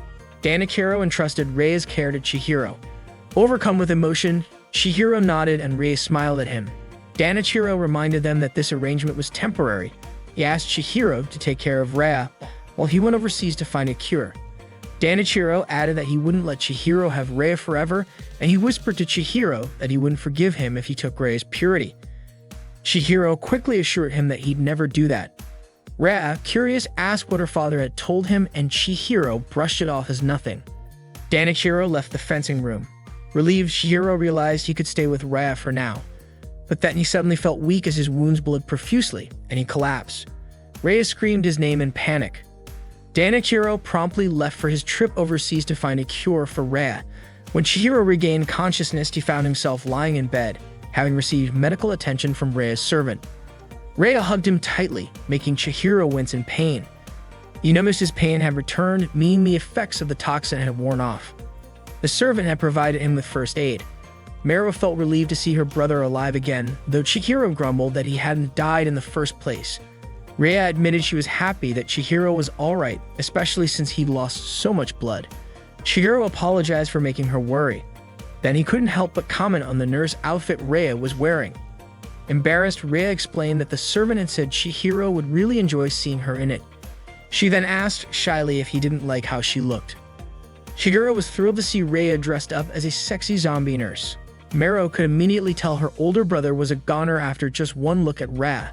Suddenly, Ranko burst into the room and threw herself onto Chihiro, explaining that Mero had told her he was hurt, so she rushed over as fast as she could. Annoying, Chihiro scolded Ranko, telling her that if she knew he was injured, she shouldn't be jumping all over him. Ranko apologized, then asked what had happened to him, but before he could answer, Rhea stepped forward and apologized, saying it was all her fault. Ranko then noticed Rhea's nurse outfit and asked why she was dressed like that. Rhea replied that she wanted to cheer Chihiro up. Ranko immediately scolded Chihiro, calling him a pervert for making Rhea wear something like that. Shigeru denied it, insisting that he hadn't asked Rhea to dress that way. Mero casually added that Chihiro seemed pretty happy to see her in that outfit though. Rhea quickly said she'd take full responsibility for what had happened to Chihiro, but he told her not to worry about it. Ranko turned her attention back to Rhea, introducing herself as Chihiro's fiancé. Shigeru was taken aback and immediately jumped up, exclaiming that she was just joking. He glared at Ranko for saying something like that to Rhea. Ranko, however, reminded him that he promised to be her fiancé back in grade school. Of course, at the time, Chihiro had no idea what a fiancé even meant, and it was Ranko who had pressured him into agreeing. Chihiro couldn't even remember saying it. Ranko laughed, admitting she was only kidding and teasing Chihiro for looking so flustered. Not wanting to let her get the upper hand, Chihiro fired back, saying Ranko looked like she was about to cry when she first saw him hurt. They bantered back and forth, clearly very close, which made Rhea feel a bit uncomfortable. Ranko, unfazed, clung tightly to Chihiro, while questioning him about what had actually happened, and Rhea realized something undeniable. Ranko was in love with Chihiro. Since Rhea's father entrusted his daughter to Chihiro's care, Chihiro has constantly wondered if everything is truly okay. While part of him is relieved that Rhea is now free, he also feels burdened by the weight of responsibility. One evening, Rhea joins Chihiro's family for dinner. As usual, their forgetful grandfather asks who added eggplant to his miso soup. Mero points out that it's not eggplant but chili. Dune then notices that Rhea's food looks different from everyone else's and asks Mero why. Mero explains that she prepared the meal according to Rhea's preferences. The dishes include boiled hydrangea leaves, stir-fried hydrangea leaves, and hydrangea leaf soup. Dune wonders if such a meal tastes good, to which Mero replies that she did her best for Rhea. Shigeru interjects, reminding everyone that he already mentioned Rhea is a vegetarian. Dune asks if hydrangea leaves even count as vegetables. Feeling awkward, Rhea apologizes and offers to eat by herself, but Dune quickly clarifies that he didn't mean to offend her. Shigeru asks his father not to bother Rhea, and Dune apologizes, explaining that he was just surprised because he'd never seen food like that before. Suddenly, their grandfather calls Rhea Kyo and rushes toward her, but Chihiro manages to stop him in time. Shigeru explains to Rhea that their grandfather occasionally behaves like this. Dune feels bad and apologizes to Rhea again, but Rhea reassures him that it's fine. Although Chihiro's family find the situation with Rhea a bit unusual, they don't say much, perhaps because they're kind people or maybe because they're family. Chihiro realizes how challenging it is to take care of someone, especially when that someone happens to be a zombie. Later, Babu the cat joins Rhea, who's lying down in her room, but Chihiro soon invites her to go out. They visit a river, though Chihiro admits he wanted to take her somewhere better, but couldn't think of a place. Rhea says it doesn't bother her, she's already happy with this outing. Shika mentions that she never got to do things like this back when she lived at home. As they walk, Rhea notices a poster on a utility pole advertising a fireworks festival happening the next day. Shigeru explains that the festival is held annually, though he's never attended it himself. Rhea says it sounds like a lot of fun and mentions how she used to watch the fireworks from her bedroom window. She expresses a desire to see the festival up close.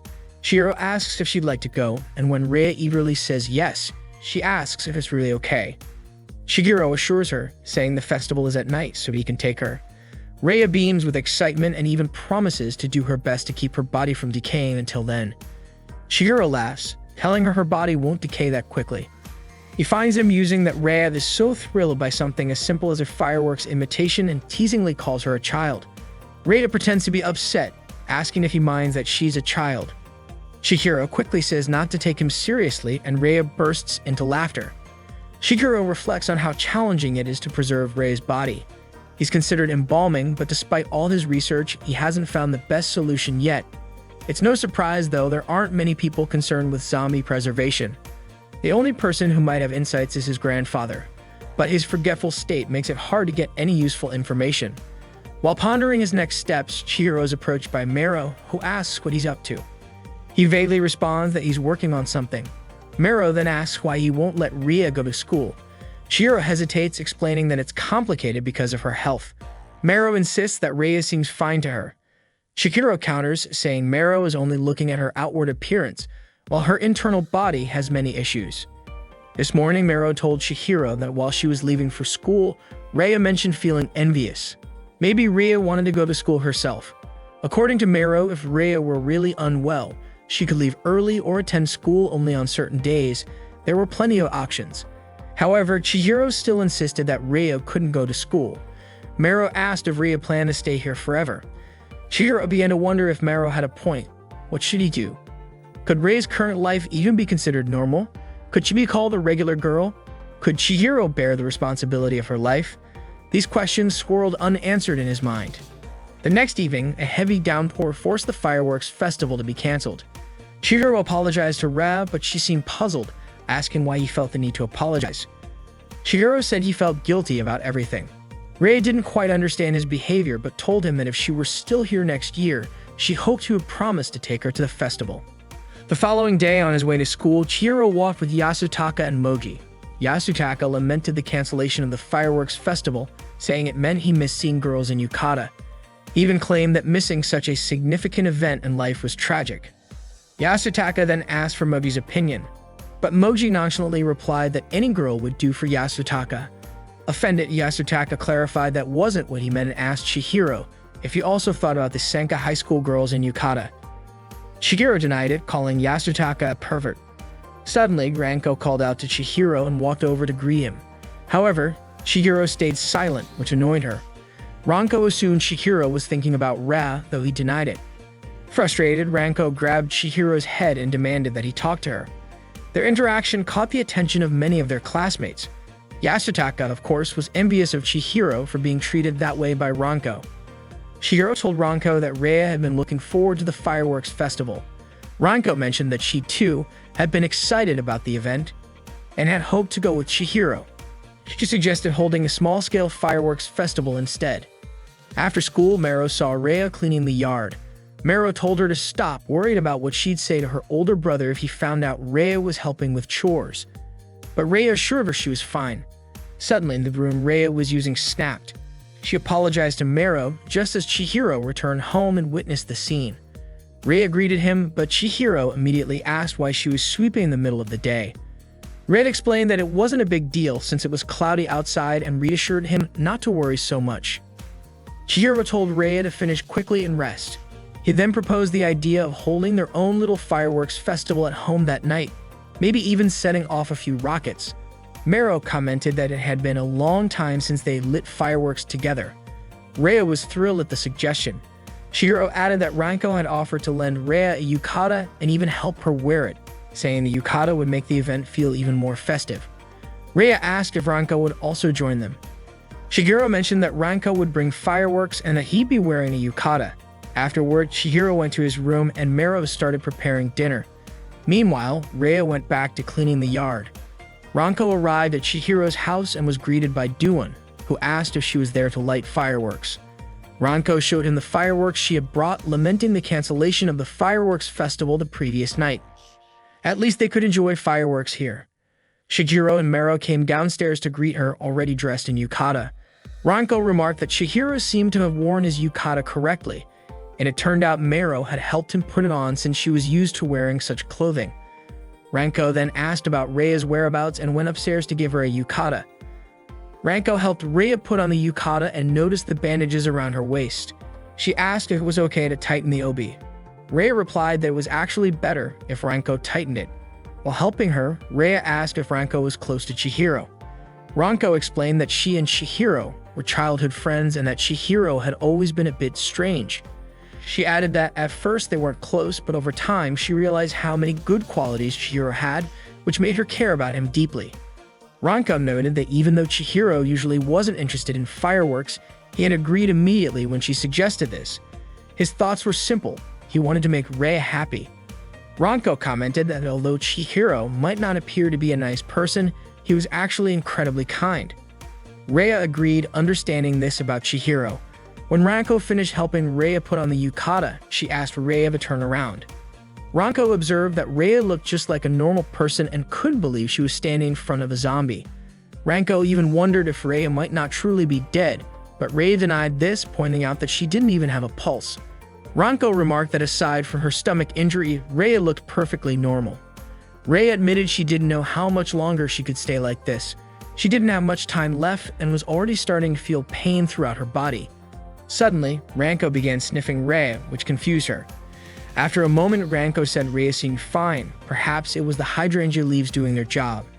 Ranko assured Rhea that Chihiro would definitely do something to help her, and Rhea trusted that as well. Ranko joked that Chihiro might let Rhea stay at his house forever, but Rhea disagreed, saying she couldn't stay there forever, though she also didn't know where else she could go. She acknowledged that staying would be a burden on the family.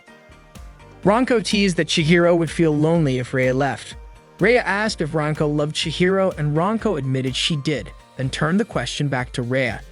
Rhea replied that she didn't have those kinds of feelings for Chihiro, which Ranko found reassuring. She wanted Chihiro all to herself.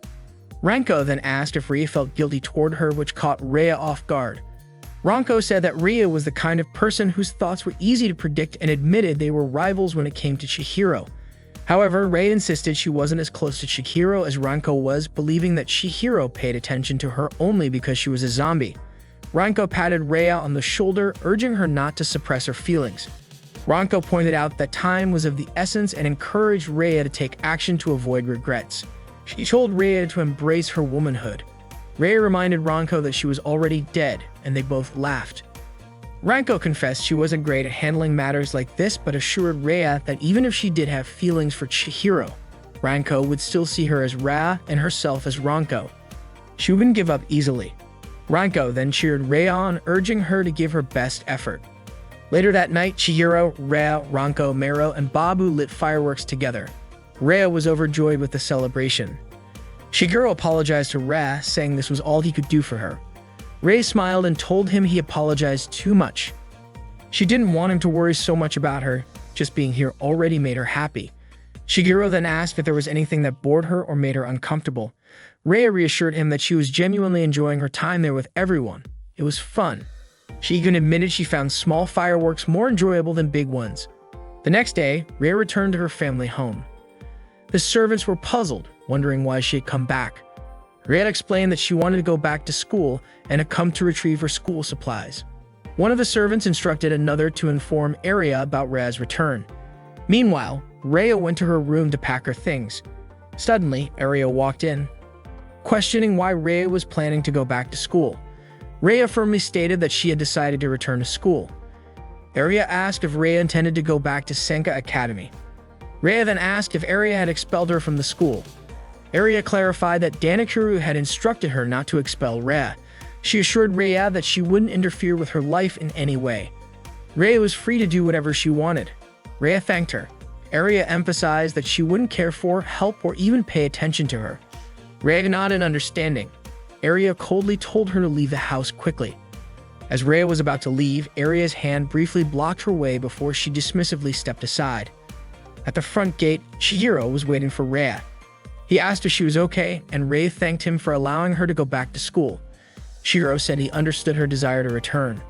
Rhea asked if he was really okay with it, and Chihiro replied that he didn't have much choice.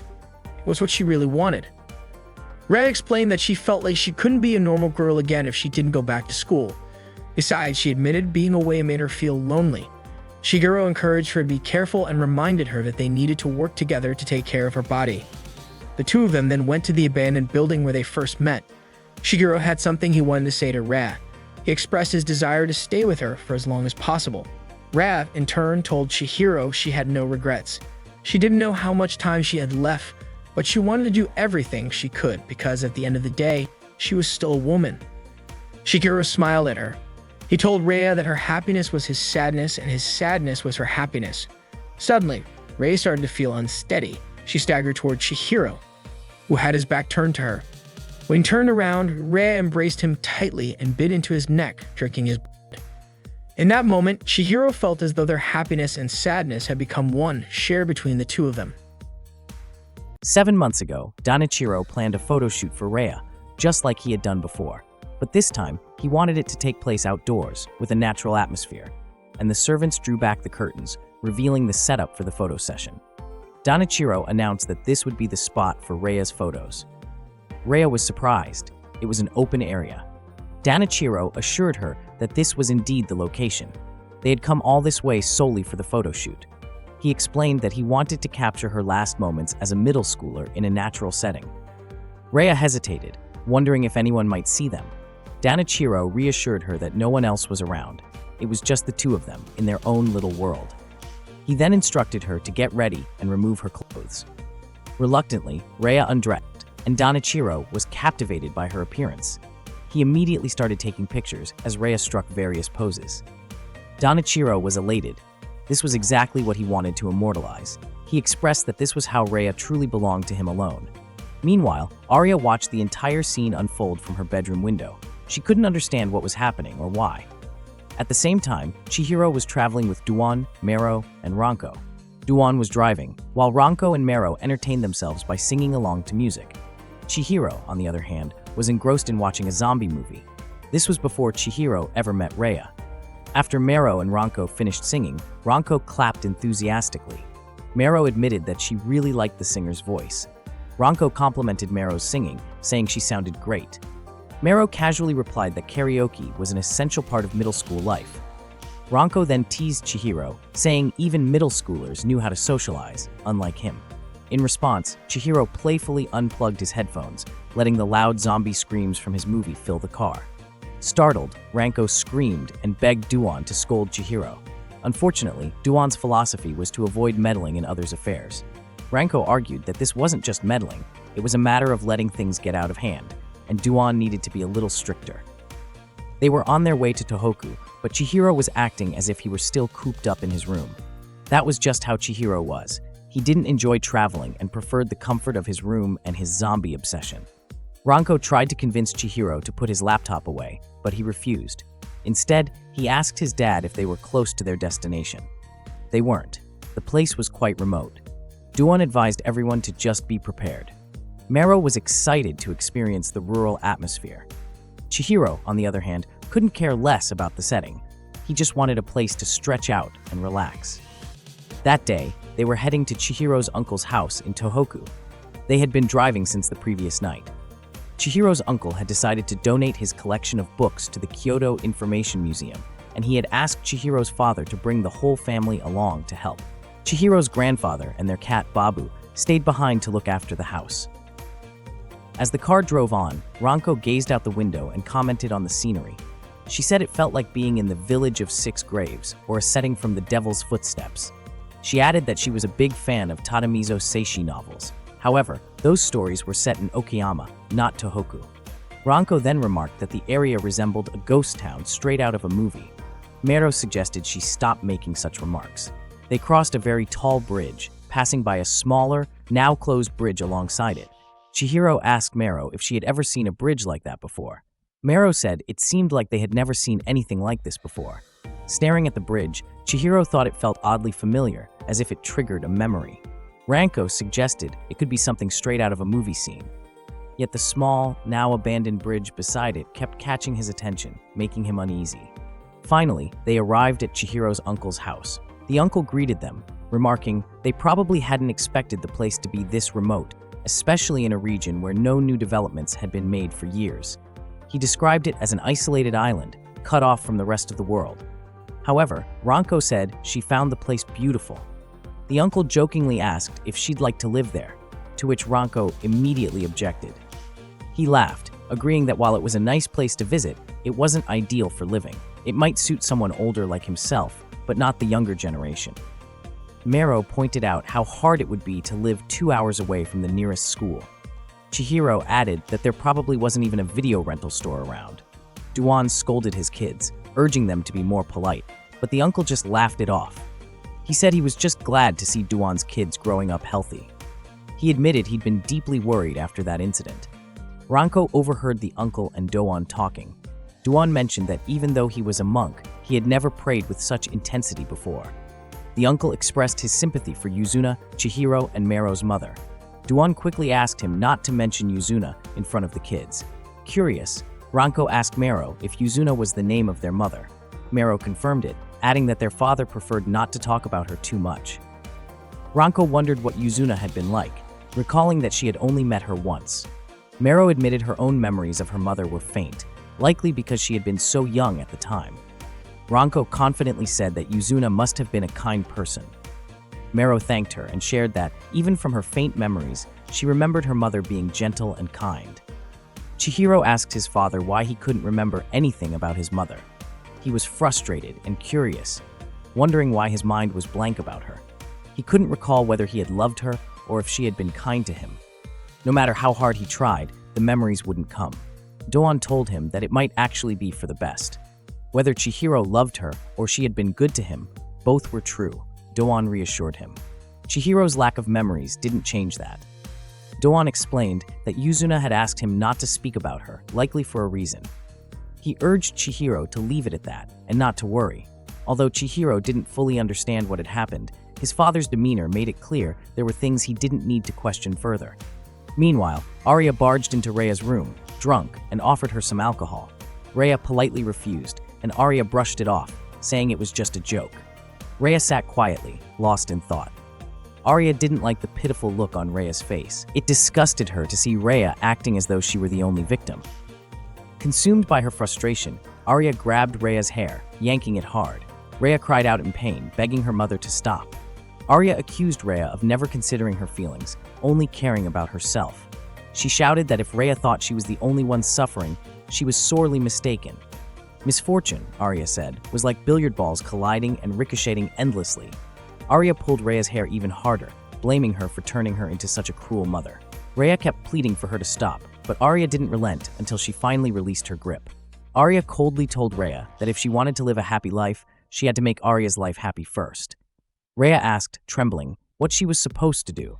Arya smirked and cruelly suggested that Rhea should just disappear. Laughing hysterically, Arya walked out of the room, leaving Rhea behind in tears.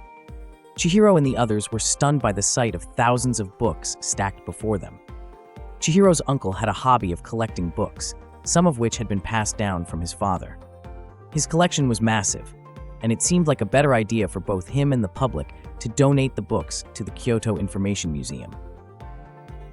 A transport vehicle had already been arranged for the task, and Chihiro and the others were assigned to follow Mr. M, Baba's instructions to sort and pack the books. Mr. Baba commented that it would be impossible to finish the task in one trip or even in a single day. Everyone started carrying pile after pile of books. Mero noticed her older brother beginning to tire and pointed out that Chihiro's lazy lifestyle was clearly catching up to him. Chihiro snapped back, asking his sister not to lecture him. Mero continued teasing, saying that if he was this exhausted already, he might pass out before the afternoon. Meanwhile, Mr. Baba was sorting the books, deciding which ones to donate and which were duplicates. Mero was impressed by how easily Mr. Baba could make those distinctions at a glance. His job as a museum collector had clearly honed his skills. Around noon, Chihiro's uncle suggested they break for lunch. As expected, Chihiro collapsed on the floor from exhaustion, just as Mero had predicted. Ranko checked on him, asking if he was okay and offering to carry him. Chihiro refused, telling Ranko to go ahead and have lunch without him, assuring her he would catch up later. He was so tired that he didn't even have the energy to eat. Mero agreed with Chihiro's plan and told Ranko they should eat first. She promised that if Chihiro didn't join them in 30 minutes, she would bring him some food. Chihiro reluctantly agreed, and Ranko told him to rest for a bit. Ranko and Mero left for lunch, while Chihiro lay on the floor trying to recover. As he stared at the ceiling, he suddenly thought he saw a ghost. He wasn't sure what it was, but something flashed through his mind. Looking back at the stacks of books, a piece of paper caught his attention. He picked it up and discovered it was a photograph of his mother. A gust of wind blew the photo, and it slipped into a gap in the wooden floor. Beneath the floorboards, Chihiro found a wooden box containing a book. The book turned out to be about resurrection magic. Curious, Chihiro handed the book to Mr. Baba. After examining it, Mr. Baba explained that it wasn't suitable for the museum since it was a fabricated book. The writing style mimicked ancient texts but didn't appear to be genuinely old. Mr. Baba concluded that the book was probably written by a prankster, making it worthless. He asked Chihiro to place it in the box for discarded books. The next morning, Rhea and Arya crossed paths on the staircase. Rhea asked Arya about what had happened the previous night, specifically if Arya would truly be happy if Rhea disappeared. Arya looked confused, prompting Rhea to ask if she didn't remember. Arya, visibly fatigued, brushed her off, saying she was tired and wanted to be left alone. Rhea apologized for bothering her and stepped aside. Arya called for a servant, asking them to bring her headache medicine. Rhea began to wonder if disappearing might not be such a bad idea after all. Just then, one of Donichiro's subordinates approached her and informed her that the hot spring was ready. Meanwhile, Chihiro and the others had finally completed their task. His uncle was incredibly grateful, saying that thanks to everyone's help, they managed to finish the job in just one day. Doan remarked that he probably wouldn't be reading any books for a while. Ranko admitted she never imagined books could be that heavy. Mero added that she wouldn't be buying any books anytime soon, to which their uncle quipped that he should be the one saying that. Uncle then asked Chihiro if he was feeling better. Chihiro replied that he was fine, and they all sat down for dinner together. Uncle even offered for them to stay another night. Doan liked the idea but declined, explaining he needed to take care of the temple and had to return the next day. Uncle also mentioned there were many more things he wanted to show them. Ranko expressed interest in exploring, and Uncle suggested visiting the Sabini waterfall nearby, a popular recreation spot. Ranko said she'd heard of it, having seen it on TV before. Uncle assured her it was nothing like what she'd seen on television and insisted she had to experience it herself, as the place was truly breathtaking. Ranko, excited, urged everyone to visit since they had already come all this way. Doan, however, wasn't interested. Mero thought it sounded like a fun field trip and agreed. Doan asked Chihiro to accompany Ranko and Mero, but Chihiro refused, complaining that he was too tired from the day's work. Doan argued that he couldn't let two girls go off alone, but Chihiro protested, pointing out that the trip required hiking through the mountains. Uncle mentioned it was about an hour-long journey. Despite Chihiro's reluctance, Ranko persisted, and eventually, he gave in and joined Ranko and Mero on the trip to the waterfall. On the hike, Mero joked that a guy should be the one leading the way. Exhausted, Chihiro trudged behind Ranko and Mero, wondering how they were still full of energy while he felt completely drained. Mero teased her older brother, telling him not to underestimate the stamina of middle schoolers. Ranko chimed in, saying Chihiro was just too weak and that he couldn't afford to be this frail in his 30s. When they reached a fork in the path, Ranko hesitated, unsure which way to go. Mero guessed the left path was a trap and confidently chose the path to the right. Ranko agreed, and they continued on that route. Meanwhile, Chihiro, distracted by the resurrection magic book he was reading, failed to notice the girls turning right and instead went left. It wasn't until he stepped into a puddle of water that he realized Ranko and Mero were no longer in front of him. As he turned back to retrace his steps, Chihiro slipped on the wet ground and fell. This was exactly the kind of thing he had worried about when they convinced him to come. Eventually, he arrived at a hot spring lake and decided to take a break there. At the lake, a girl was soaking in the water. It was Rhea. She seemed deep in thought, contemplating disappearing from this life and being reborn as someone else. She wondered if her expectations were simply too high. Chihiro sat by the lake, still holding the resurrection magic book. He found it fascinating and questioned whether it truly held the key to reviving the dead. The book described a resurrection potion, which intrigued him even more. Rhea, meanwhile, removed her hairpin, which accidentally fell near Chihiro. The hairpin rolled toward him, and as both of them reached for it, their hands touched. Startled, they both screamed. Rhea, flustered, grabbed a tree branch to shoo Chihiro away. In her panic, she accidentally hit his hand, causing him to drop the book. Chihiro quickly picked up the book, while Rhea retrieved her hairpin. Without saying a word, Chihiro took off running as far as he could. He wasn't sure what he had just seen, but decided not to stick around to find out. Meanwhile, Ranko and Mero finally reached their destination. Ranko was in awe of the stunning view in front of them. Mero even joked about pulling out a handkerchief to wipe away tears and forgetting about the time that had passed. They marveled at the beauty of the waterfall, feeling the journey was well worth it. the visit to Chihiro's uncle's house came to an end. Reflecting on everything that had happened, it seemed as if fate truly worked in mysterious ways. Every time Chihiro thought back on this trip, his memories always led him back to thoughts of his mother.